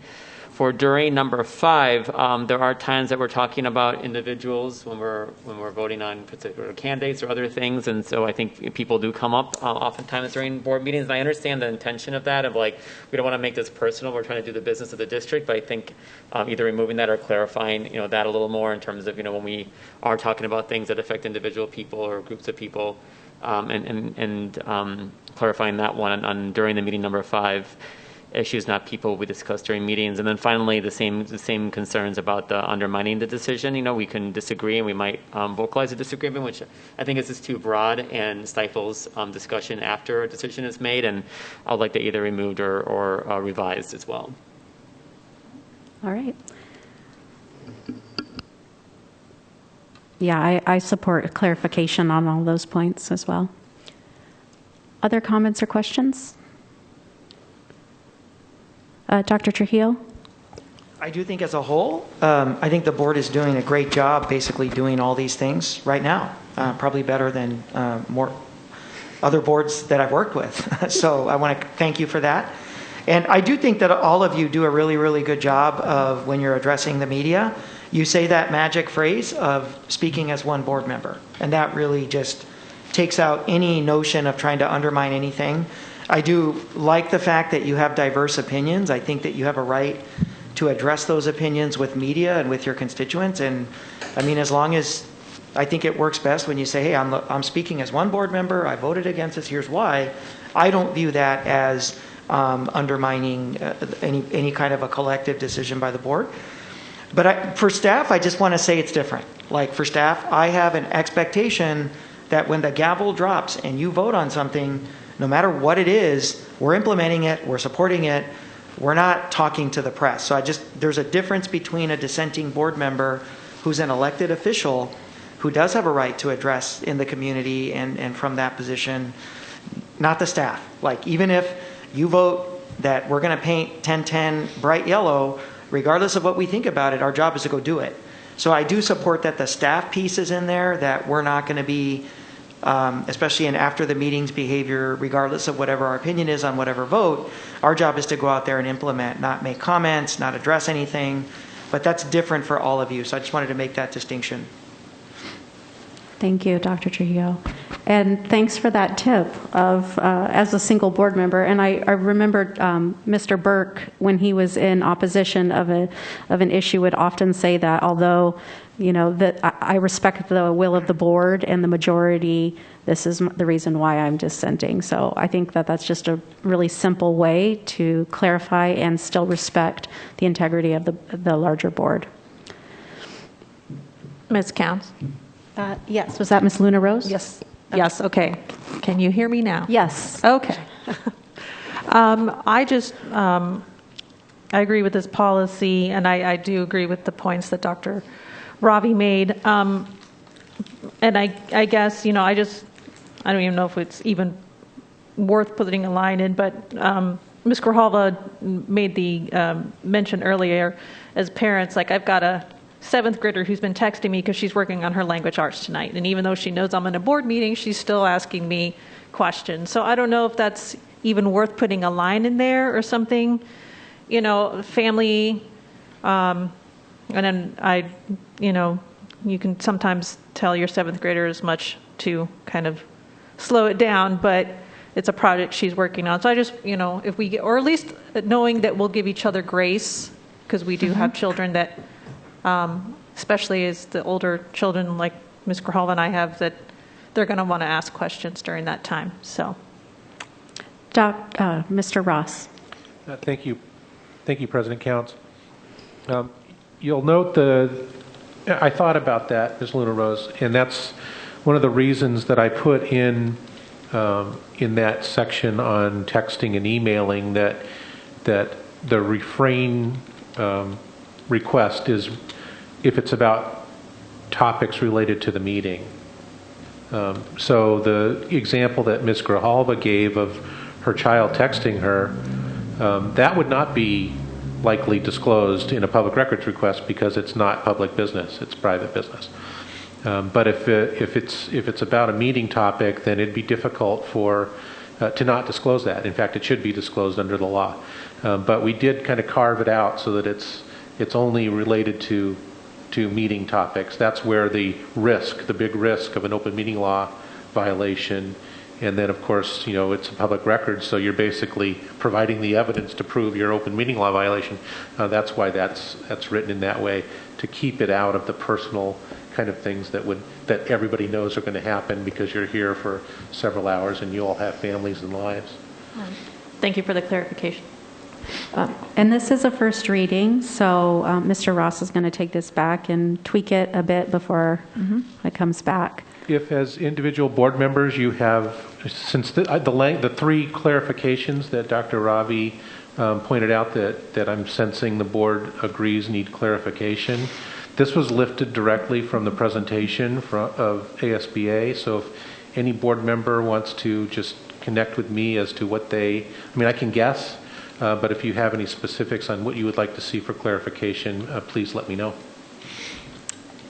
Okay. Ms. Counts? Yes. And I do agree with Dr. Trujillo about staff supporting the decisions, and so maybe we just eliminate board on that one, board members, and then just say, board members we can express our opinions, but I don't know, some other thing. And then some places, superintendents capitalized, board president, little things, nothing major. But I appreciate it. I think it's good. Ms. Gutierrez, do we have a motion on the floor? No, you don't. Okay, I'll move the item. Do I have a second? Were we going to have it come back with the tweaks? Well, it's the first reading. Oh, so we're moving it. He can tweak it. We'll put it out and then bring it back. Okay. Exactly. Do I have a second? Okay, Ms. Grijalva seconds. Michelle, could you do a roll call vote? Yes. Ms. Grijalva? Yes. Dr. Grabosha? Just clarification. So we're not voting on the policy to be adopted. We're just voting on, can you clarify exactly what we're voting on? To go through the process of adopting a policy. Okay. So, Mr. Ross, do you want to give a little brief explanation on that? Sure. So a yes vote on this would put this draft out for public comment and then bring it back no sooner than 4 weeks from now. And based on the comments that I've gathered from the board, you would get in 4 weeks or at the next meeting close to that there would be this version which was posted, any revisions that we've made based on the comments here, proposed revisions, and then the board can decide whether to adopt it or do further work on it in 4 weeks. So this vote would just put it out for public comment, and I would start revising based on the comments I heard tonight. Mr. Ross, is there a way that, I'm sorry, I interrupted the vote. Can I do that? I just have a quick, never mind, I'll ask you later. It's not important. All right, sorry, Michelle, please continue. So yes. Okay. Ms. Luna Rose? Yes. Ms. Shaw? No. Ms. Counts? Yes. All right, item passes. And did you want us to vote on board docs? Fine. You're good? Yes. Here we go. No, I've opened it up for voting. Okay, thank you. You're welcome. All right. Dr. Trujillo, item 9.1, our last item for the evening. Item 9.1, and really our feature item, is something I'm very, very excited about. One of the largest areas of investment that the district is going to make, not just because of COVID, but also in terms of where the district is now permanently been transformed, in terms of now a full-on one-to-one district where we'll be able to make a permanent imprint that will eradicate the digital divide that has plagued the district for quite some time. We're going to be making some significant enhancements and investments across our information technology services division and our infrastructure in several areas. And I want to thank Blaine, our Chief Technology Officer, Blaine Young, and our Director for Technology Infrastructure, Rabi Hamadi, who will be taking us through tonight for a very, very well-organized, future-focused enhancement plan in several areas of our ITS infrastructure that I'm excited to be able to present to all of you this evening. Mr. Young. Yeah, and I think Dr. Tria, I believe that Ms. Weatherless is going to cover the expenditure report first, and then we'll follow her. Right, not to be outdone, we do have our routine expenditure presentation that we built in as part of this financial item, and I want to make sure that Ms. Weatherless, you have your time to do that as well. All right, well, thank you, President Counts, members of the governing board, Dr. Trio, Council Ross, and staff. So I do present the expenditure update on a monthly basis. I do believe this is the first time I am presenting to this board. So in addition to that, we will be covering some ESSER funding and then lead into Mr. Young's technology plan. So if you go ahead and jump right in on the next slide, the expenditure update, go ahead, the next slide.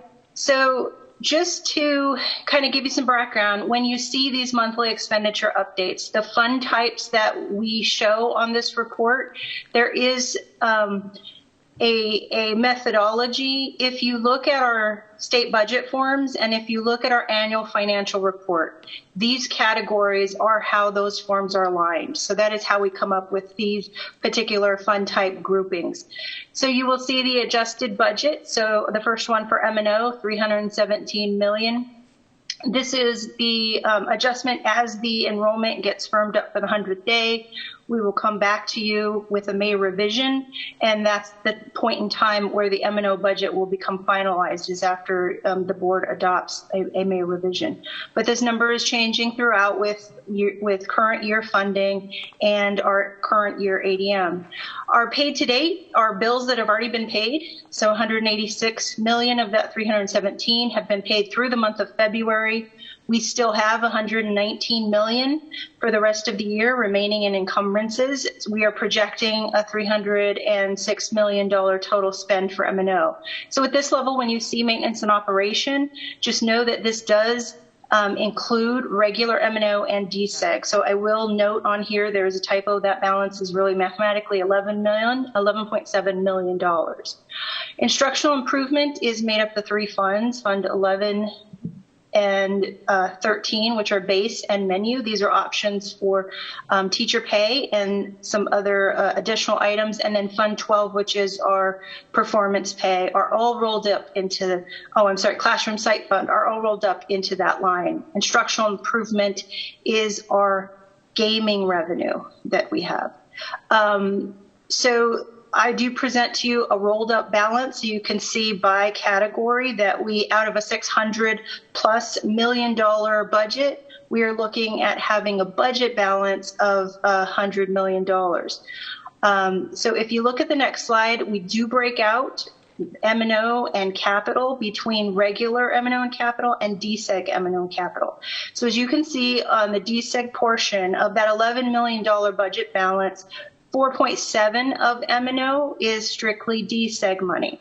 Now, this is money that is currently in the process of working through the reallocation process with the special master and plaintiffs, because as you can imagine, being remote for the majority of this year, we do have some monies that weren't spent from the original adopted budget, and therefore there have been some requests that were just sent out this past week to be able to spend that money within the fiscal year. The non-DSEG portion, the M&O and capital, these are monies that as we firm up the numbers throughout the remainder of this year would technically be considered carryover dollars. Next slide, please. This report gives you a look at actual expenditures only. So you can see of all funding sources, $296 million have been paid to date, and how those expenditure categories are broken out between salary and benefits and the other categories. So you can see that well over 2/3 of our budget is represented by salaries and benefits. And you can see it also broken out by those same expenditure or funding source types. Next slide, please. So projected fund balance. This is looking at cash. So the difference between budget balance and here, the fund balance, we're actually projecting what our revenue will be. In M&O and capital, those are based on budget. Whatever our expenditure limit, our budget limit is set by statute, we're able to spend. In this particular slide, we're looking at how much cash we're receiving. So these numbers do vary from the budget balance. But when we're talking about other types of funds, like say, take tax credit, gifts and donations, those type of funding sources, those are sources we need to have cash in order to spend, and they are monitored on a cash basis. So this report is a little bit different, and that would be the reason why these numbers do not match those prior slides.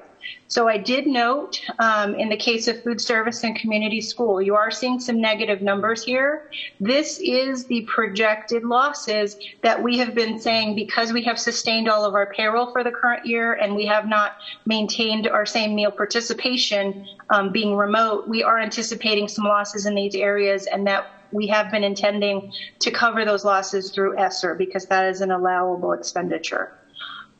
Next slide, please. So this is just a snapshot for this one presentation to give you an understanding that all of the summary level data that I present on a monthly basis, there are detailed reports that will break out every single fund number that we have. This is a second attachment to this BAI, and it does include bookmarks. This is the table of contents just to give you an idea. So that first slide where I show the different funding sources, M&O, capital, other funds and grants, etc., that would be showing in the expenditures by fund. It will list every single fund that we operate here in the district. Same thing for fund balances. I give you a snapshot of groupings to identify the important ones and the ones we like to track on a regular basis. But these individual reports will list them out in detail, as well as giving a more detailed look. So for people that really want to track our expenditures to budget on a site basis or even dive deeper on a site and funding source basis, these are reports that actually came out of a recommendation in working with our audit committee. So we are maintaining them on a monthly basis. So this is just a snapshot to show you that these are included in the second attachment. Next slide, please. So classroom spending, we do monitor our classroom spending. We do have a goal to exceed 53%, which we did accommodate. So if you look at in the middle of the chart at FY20, those are actual classroom spending numbers. We will estimate until we receive those reports from the Auditor General's office. We did receive them already for fiscal 20. So we did exceed the 53% mark for last year. We came in at 53.2. If you include the student support and the instructional support, we are hitting almost an all-time high there at that subtotal of 70%. So 70% of all of our spending tracked per this report is going towards instruction and student support and instructional support. So throughout the fiscal year, when I report my monthly expenditures, I will show what our year-to-date numbers are trending. So that next column of year-to-date, that's actual dollars. And please know, this number of actual dollars will not tie to our year-to-date spending. And the reason for that is because this report is calculated with some exclusions. It does exclude some funding sources. It does exclude some expenditure types. So these are eligible funding sources that are counted here. So in year-to-date expenditures, we're actually trending up a little higher. We're at 54% in instruction and 71.8% in total classroom support. Now, when you factor in our encumbrances and bills that have yet to be paid, there's a lot of other assumptions in that number. So this one, we just kind of trend our year to date where we think we're going to come in at the end of the year. But again, the report ultimately gets based on actual spending. So if you go to the next slide, this is our historical trending of our instructional dollar. So as you can see, going back to fiscal 05, I believe our highest instructional point from the last 20 years was in 05 at 55.4. So we can show that over the past few years, our work is showing and that we are trending in the right direction. On the flip side, you will see the administration, which is highlighted in yellow here. And one of the things to keep in mind is we are also reducing our administrative costs. We were below 9% in fiscal 20. The 9.5, again, is year to date. So as we finish paying all the bills through the remainder of the year, we will see that number trend slightly downward. On the next slide, if you wanted to know what falls under instruction, what is student support or instructional support? These are just samples of the different types of expenditures that fall into this report. And these criteria are established by the Auditor General and by the USFR, which we are bound to code our expenditures by. So this is just to give you a feel for what may fall under any given category. Next slide, please. Okay, so now we'll transition to what we're looking at is capital. So as I noted in the prior slide, we are looking at non-DSEG capital. What could we potentially roll over from this year? So as of our February financials, right now we're trending at about $12.7 million to carry over into fiscal year FY21-22. And ESSER funding is the other piece. This is just a snapshot of where we are to date with ESSER funding. We received our ESSER 1 funding last year, and we had a total of $18.5 million. That money can be spent from March 2020, when we actually closed in the fourth quarter of last year, and it will expire. We need to spend it by September of 2022. We just recently got our allocation for what ESSER 2 is going to be. That number is $76.39 million, and that money will actually extend out for another year. It's going to be through September 2023. ESSER 3, that number is going to be in excess of what ESSER 2 was. We do not have that dollar amount yet. When we do, we will be communicating. However, those dollars can also be spent from now through September 24. So one of the things I just wanted to point out visually is that all of these ESSER dollars date back to the original date of March of 2020. So that means that they can be spent within March of 2020 through these expiration dates, given that funding cycle.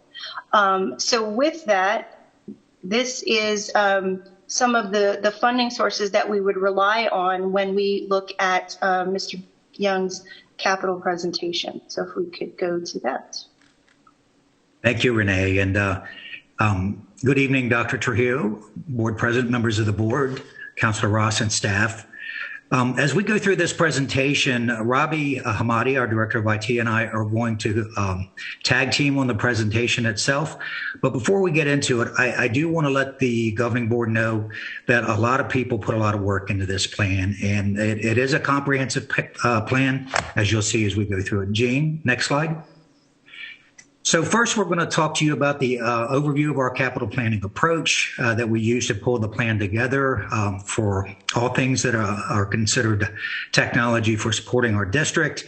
But in order to go through this in a way that is understandable by the governing board and the public and staff, we took the opportunity to break it out in focus areas. So you'll see that we're going to first talk to you about the approach, and then we're going to drill down in different areas of technology investment. And some of those that we'll talk about include our network and telecom infrastructure, as well as our data center. And Mr. Hamadi will walk us through each of these areas in detail. We'll also talk about student and staff devices and connectivity. And then we'll talk about other technologies that are on our school campuses that are really considered part of our infrastructure or our basic provisions that we do across our campus. And then we'll provide you a capital plan summary and then talk about next steps in that planning. And certainly are going to be happy to answer any questions you have about the overall capital plan. Gene, next slide.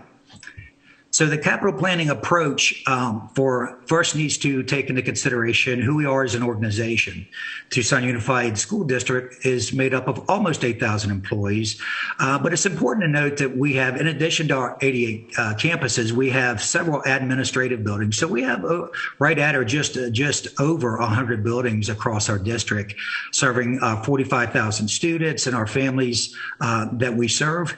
And by any standard, this would be considered a large organization. That's important to keep in mind when you talk holistically about capital investment in a technology our size. The pandemic that we have gone through over the course of this last year has certainly reminded us as a district and a community how important it is for us to make technology investments that will allow our schools and departments to thrive in an ever-changing world. The board is very familiar with some of the challenges we had in getting technology out to our families initially when we closed our schools back in the spring, and then what that has looked like across the summer and into this school year, where we've made incremental technology investments, and we have grown by leaps and bounds as an organization to be able to not only deploy the technology, but to support it so that instruction can work in our district. During the course of this year, we have been collaborating with our superintendent, our leadership team, with stakeholders all across the district so that we factor those things into how we plan for our future. And those the collaboration that resulted from that is what has been factored into this 5-year plan. Gene, next slide.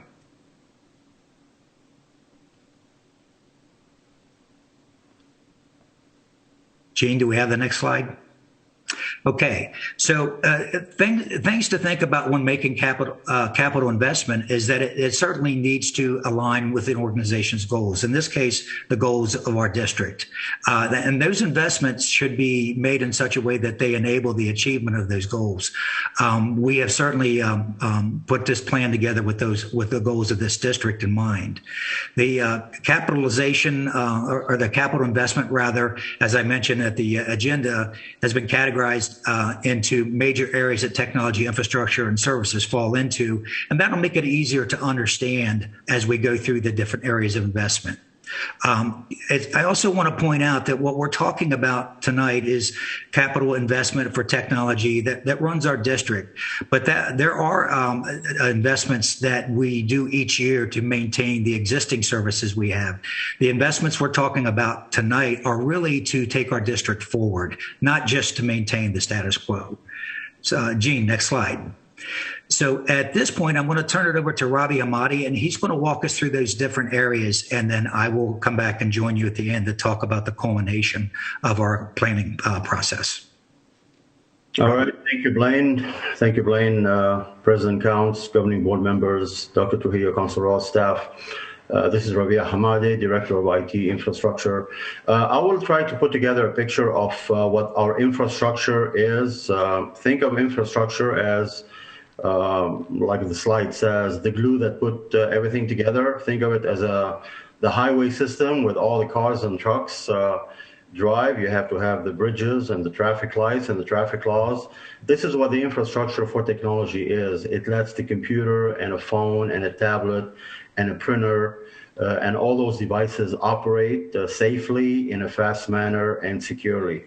As Blaine mentioned, we do have about 100 facilities, 8,000 employees, and 45,000 students that we need to provide for 24 hours, 365 days a week, 365 days. And as you know, with the internet age, the technology is always changing, so we have to keep up and update and maintain and troubleshoot on a daily basis. Of course, having the FCC E-rate program that will subsidize the technology helps a great deal because whatever our district spends, it's also subsidized by the federal E-rate program. Next slide, please. So the first part of the infrastructure is the network itself. What we call, I can get technical, or I'll wait for you to ask any questions and about technical items or financial items. But you have the backbone or the wires that connect everything together. All the towers, all the data centers, all the computers, and that is made of fiber optics. It's made of copper cabling, and is made of Wi-Fi signals. So if you look at the slide, we have a 5-year plan starting with 21-22 all the way to 25-26, and you have varying numbers, dollar numbers, simply because each year there will be a different upgrade. Year 1, it will be the main backbone and the Wi-Fi upgrade. Year 2, 22-23 will be the high schools, 23-24 middle schools, then elementaries. Then you have a refresh cycle, which we are trying to keep from here on every 5 years, so that we're not operating on older technology. And as the slide shows in here, we are expecting $8 million of the money is being subsidized through our E-rate program. That number can go up or down based on the year by year factors that will help us determine the exact dollar amount. Next slide, Gene. The telecom is really what the telephony or voice or the phone service is. Our district is currently operating on a system that is about 15 to 20 years old, that is in real need of upgrading and updating. Whether we had a pandemic or not, this is pretty much what will keep a dial tone on for the next few years.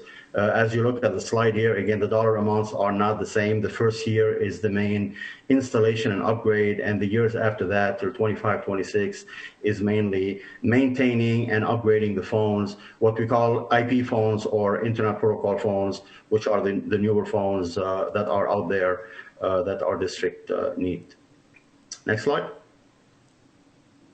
The data center is the third part of the infrastructure. What we know, what you should know about data center is all those big servers, they are on-premise or in the cloud, that keeps all the data, whether it's student information data, financial data, medical data, legal data, everything that teachers and students and administrators use are stored on what we call servers, whether in the cloud or on-premise.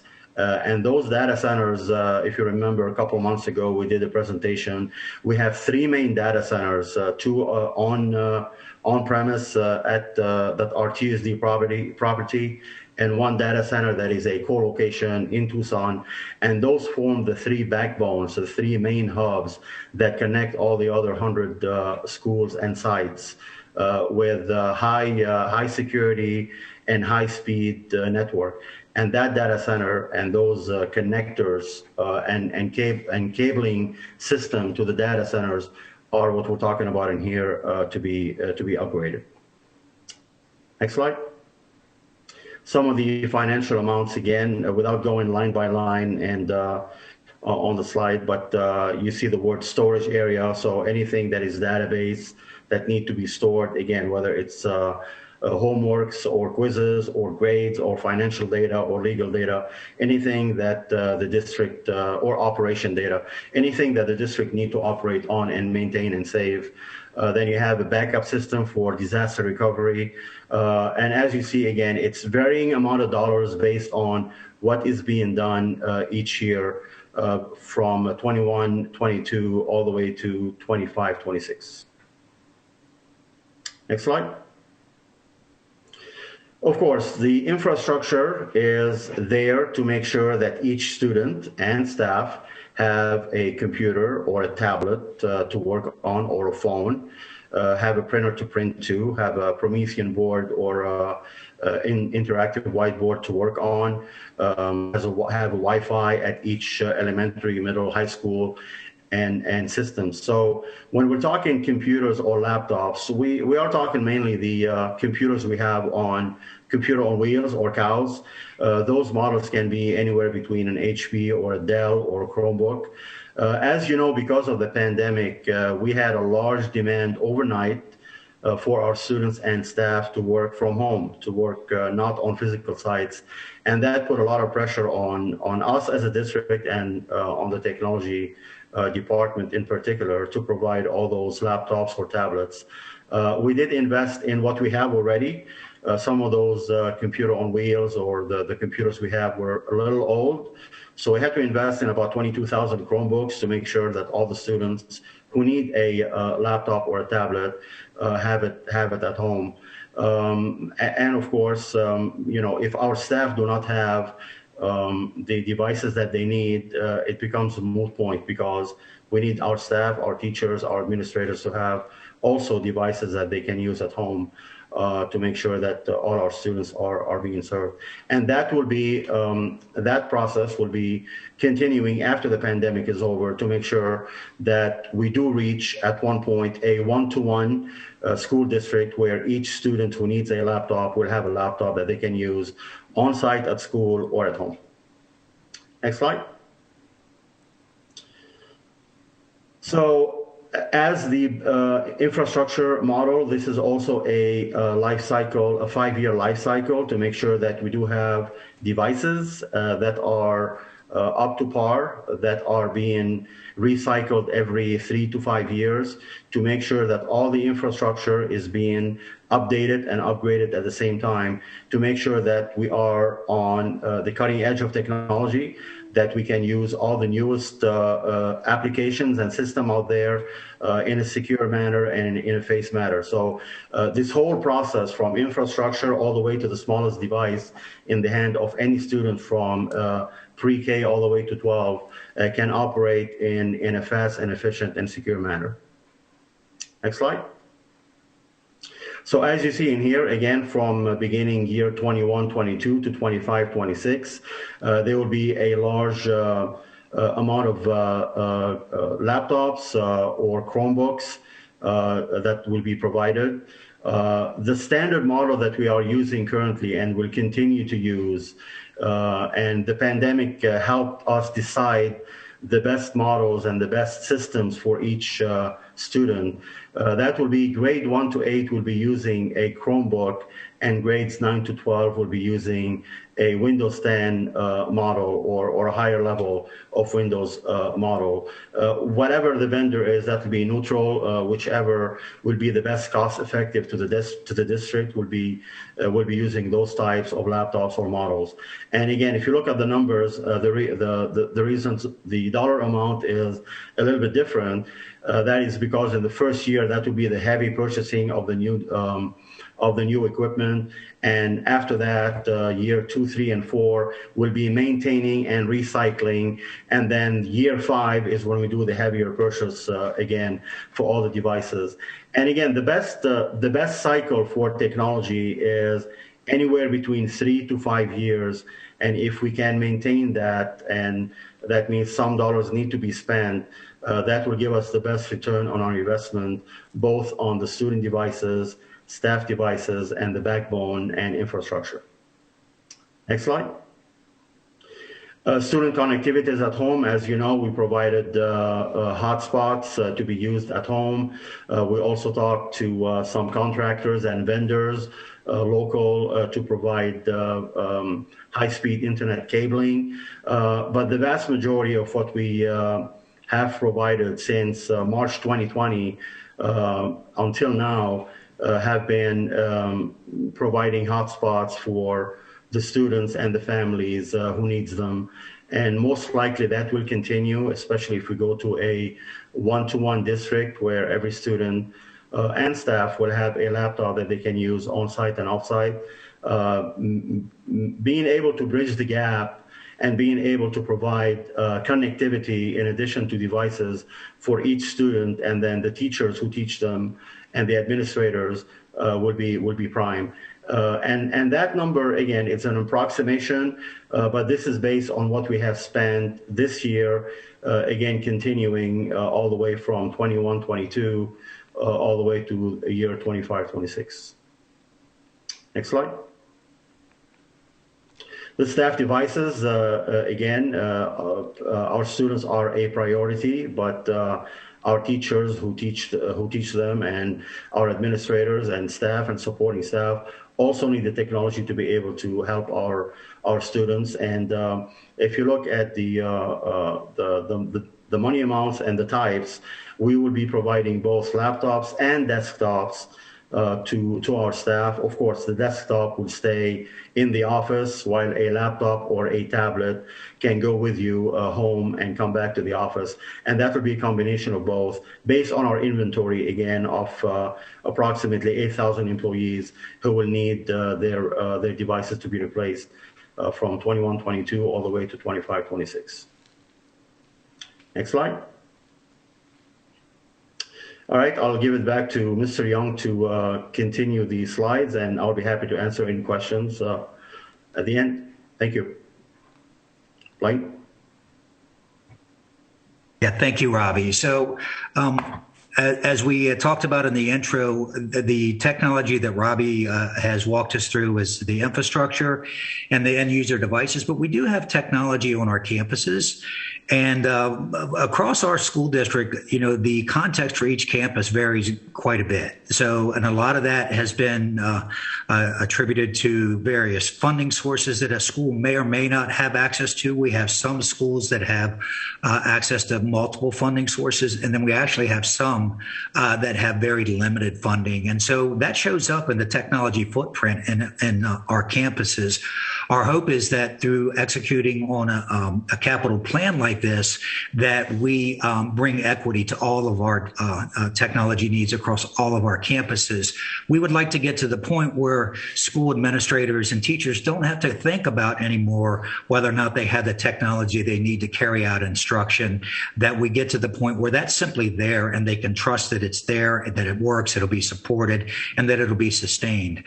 So the outcome of this capital investment would ultimately achieve that goal. So the idea is that Robbie talked about a refresh cycle, that not only are we making investments now, that we're sustaining them over time. And it's just part of how we run our district. The other thing that I did want to point out, because the governing board sees investments from various sources, is that what we're talking about tonight and presenting to you is technology that's used to run instruction in our district in terms of an infrastructure perspective.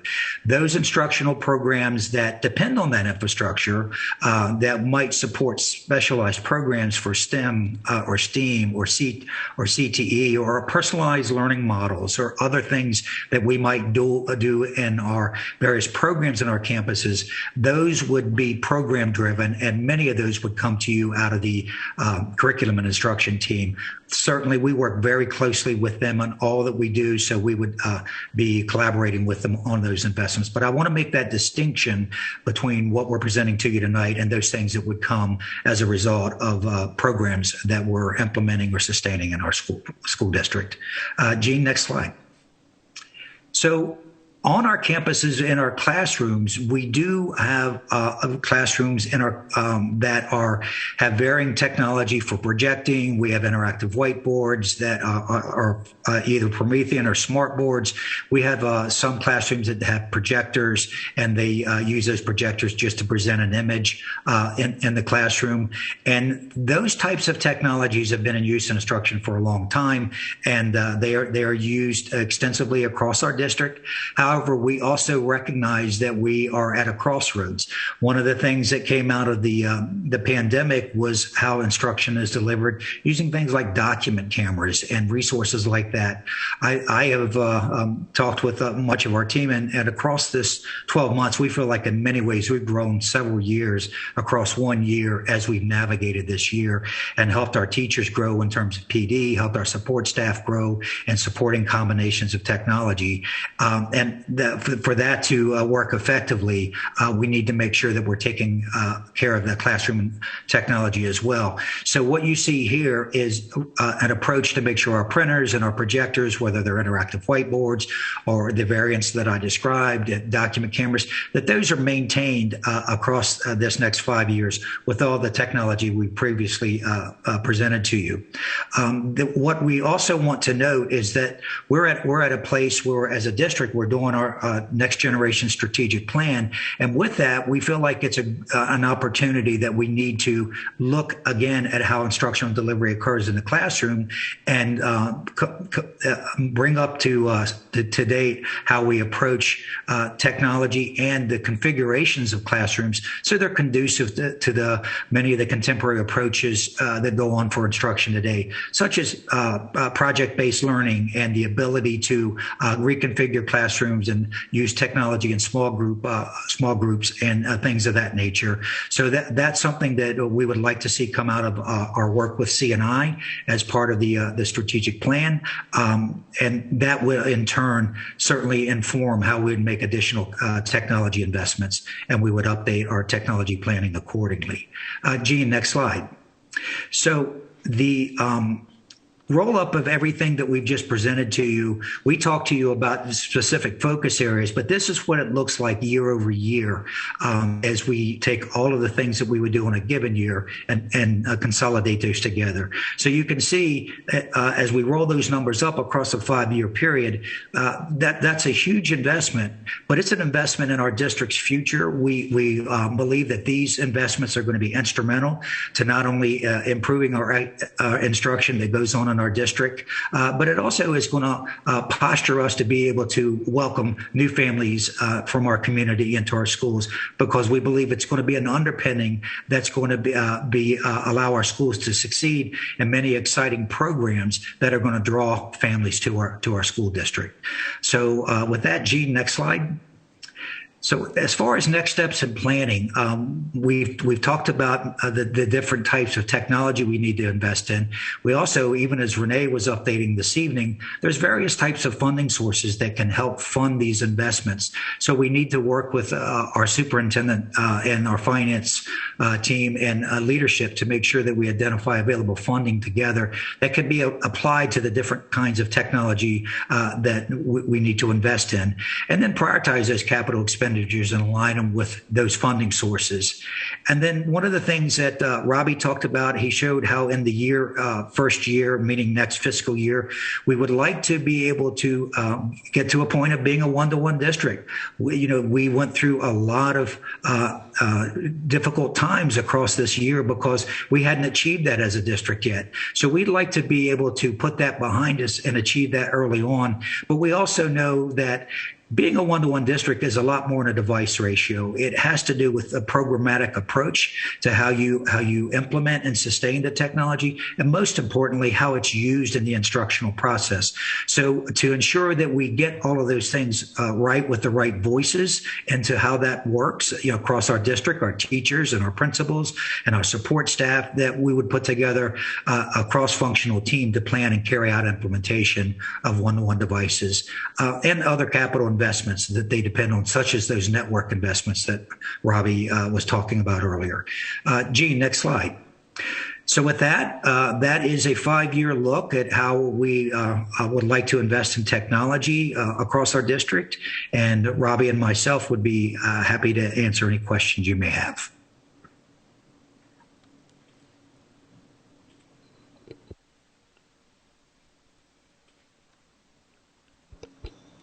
Thank you for that presentation. I do have a question in regards to how some of these funds are going to be doled out. Do you have an idea of those specific schools that really need the boost in technology first? Ms. Shaw, I think I heard your question correctly, but you're talking about the prioritization of the campuses most in need. Is that the question? Yes. Yeah, absolutely. And so as a district our size, we have to have a phased implementation, in terms of the technology rollout. And we certainly would make sure that we work with all of our leadership to plan and do an equitable rollout where we are hitting our schools with the highest need first.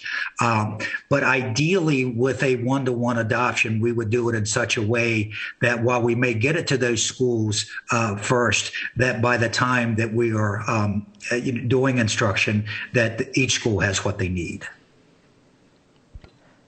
Thank you. And if I thought that we were already one-to-one, now with the pandemic, it seems that every student should have a laptop already. Is that incorrect in my assumption?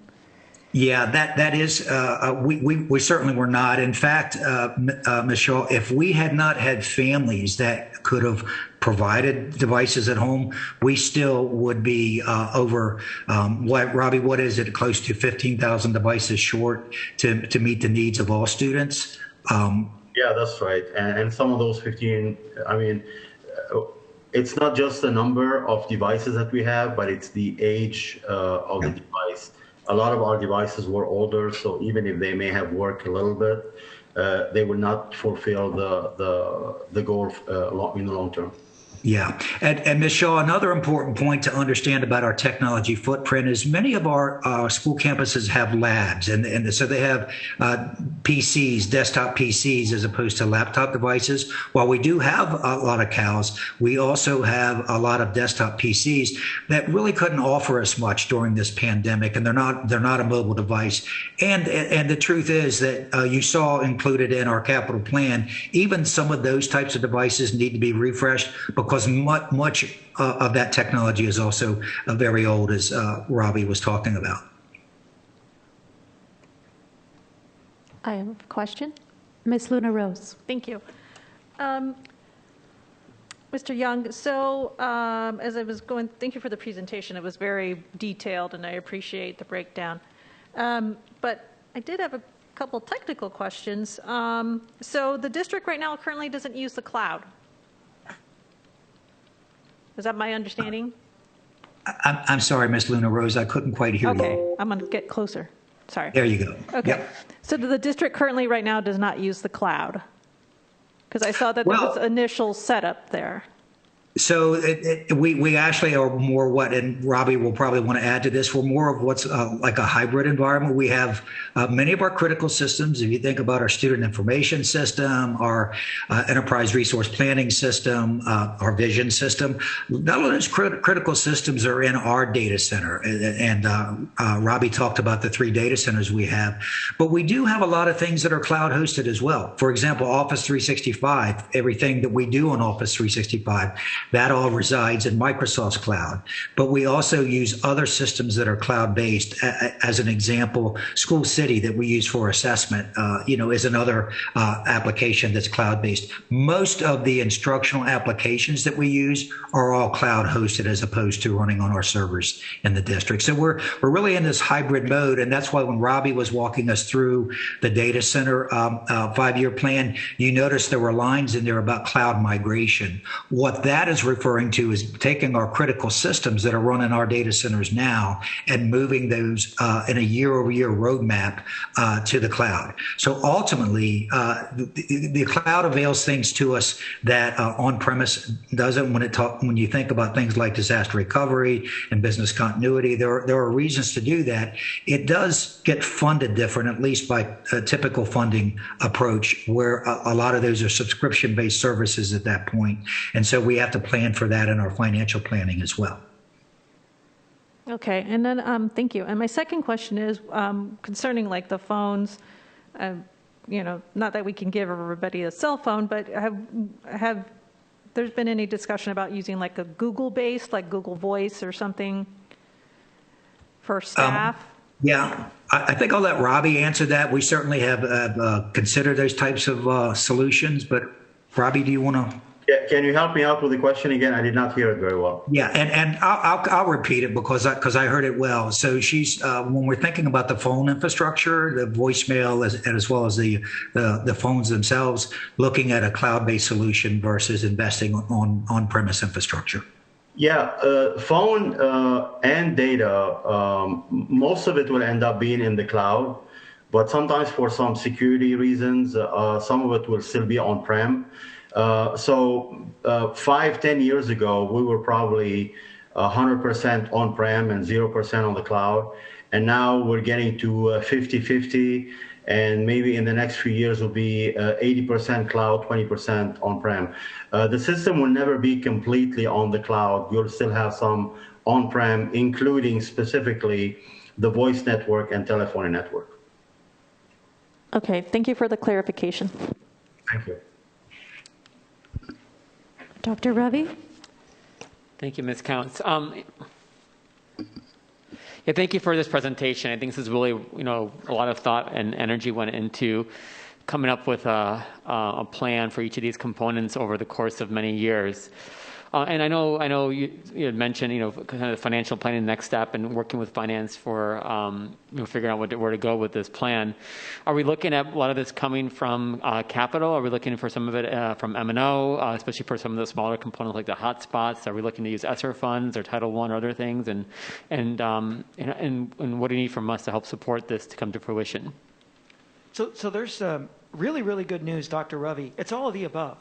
There are going to be portions of Blaine's plan that directly align to the expenditure parameters of the ESSER funds that will be hitting the district. There are some other aspects of the plan that we're going to have to look at regular, good old-fashioned capital funding. There is a significant portion of the plan that will be picked up by proceeds that the district receives through the E-rate rebate program that we receive from the federal government. So it's literally going to be all of the above. We are, of course, going to work directly with Blaine, myself, and Renee Weatherlist to try to fast-track as many ESSER qualifying expenditures as possible up into the front end of this plan, because we do have ESSER through fiscal year 2024.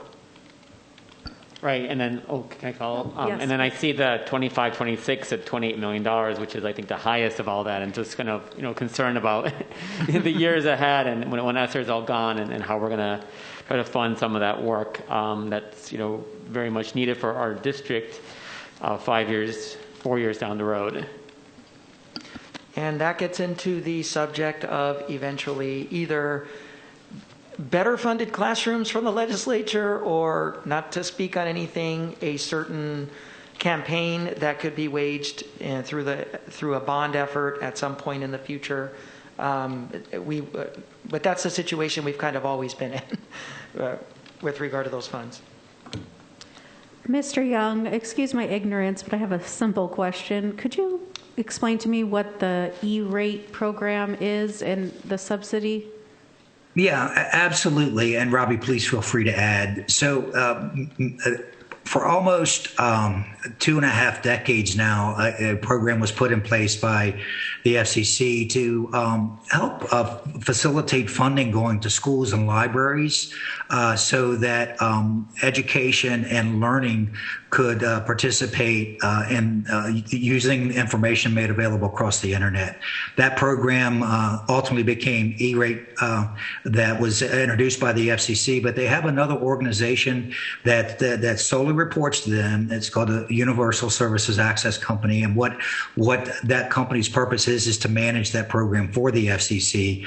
And the funding that is sustained for the E-rate program shows up in fees on all of our cell phones and just lots of telecommunication services that help underwrite the cost of it. So it's got a steady funding source that comes in. But E-rate, you don't hear it as much anymore, but it used to refer to as education rate.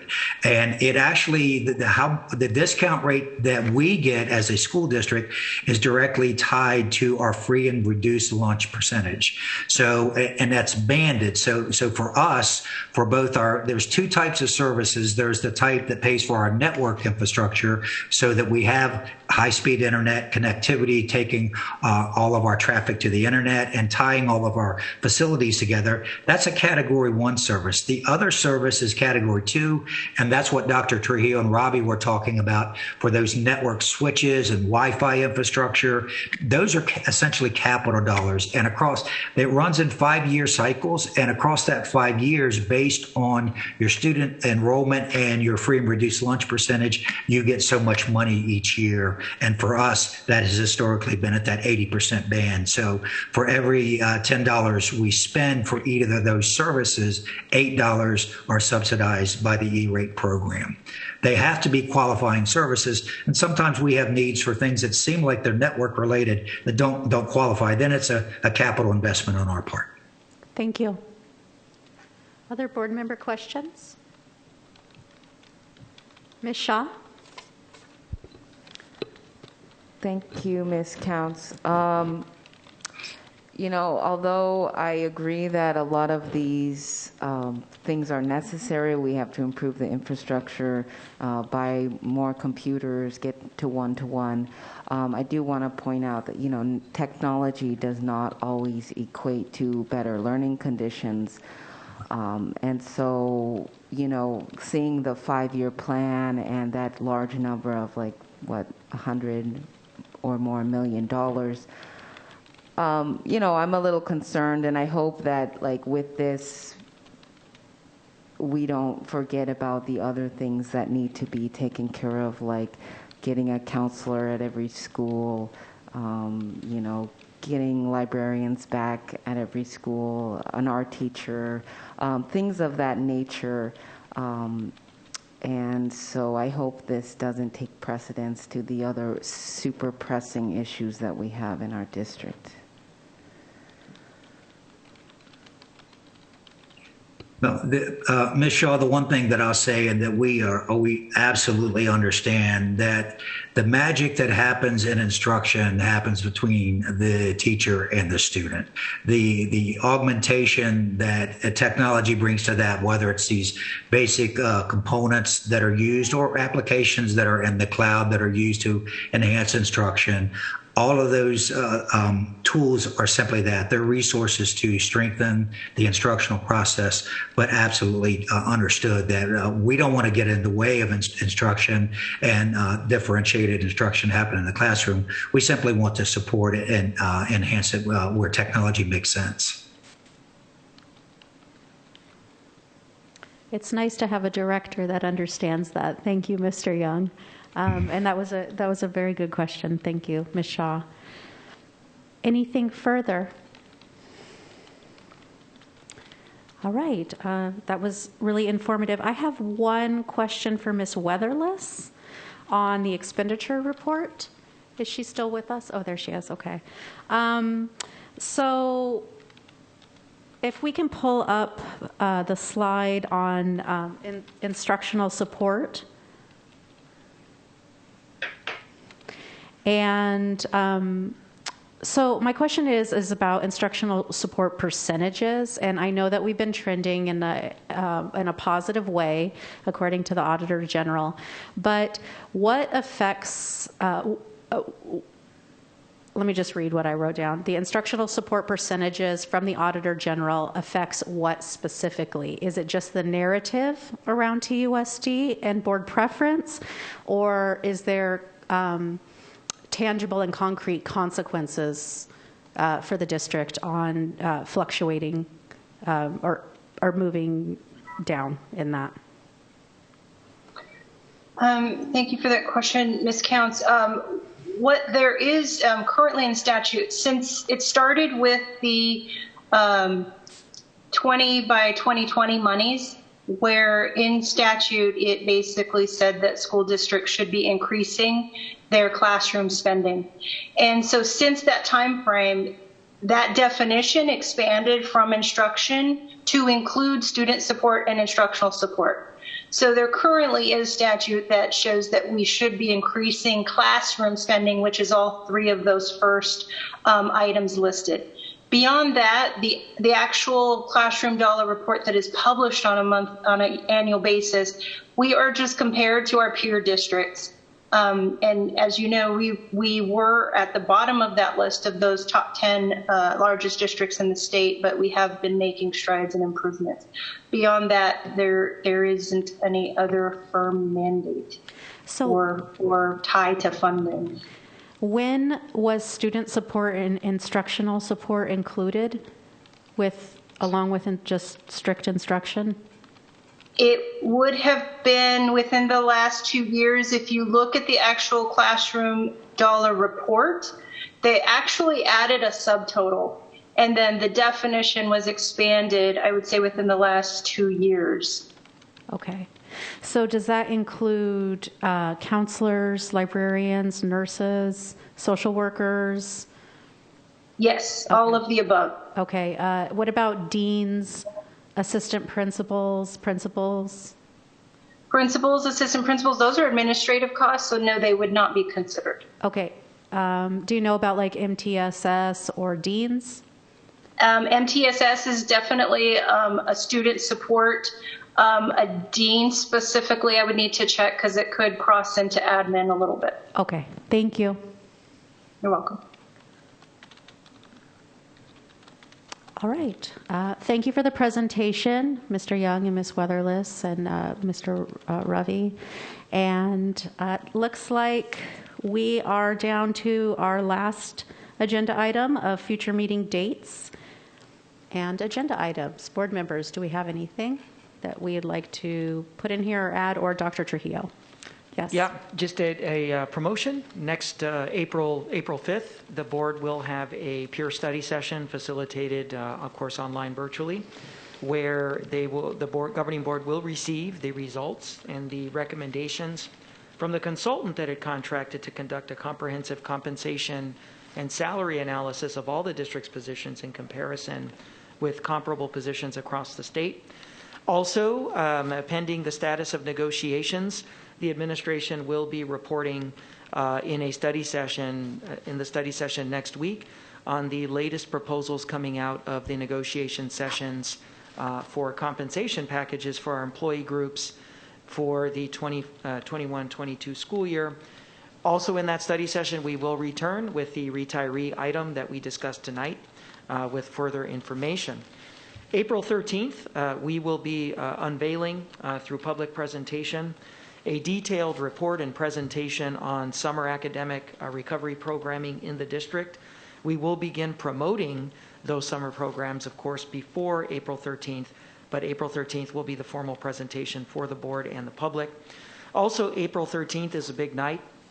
I will be presenting our comprehensive financial support package for the arts, both performance and visual for interscholastic programming and for pre-K programming in the district for the 21-22 school year.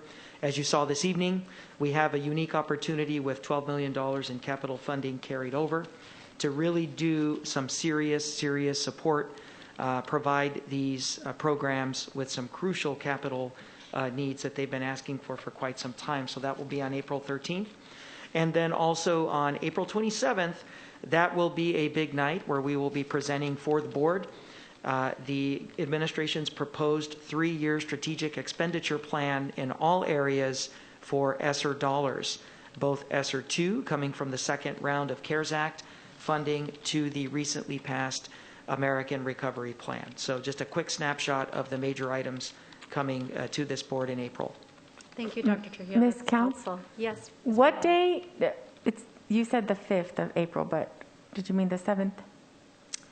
For the study session? I will confirm our study session. Isn't it Monday night, April 7th? Correction, April 7th. It's Wednesday. It's Wednesday. I'm looking at my calendar. I'm like, I apologize. April okay. 7th. Absolutely. Thanks. Right. Thank you, Dr. Trujillo, and board members for our first successful night, a couple minutes before 9 p.m., so we made it. And everybody did a really great job of staying focused and productive. So thank you. Meeting adjourned.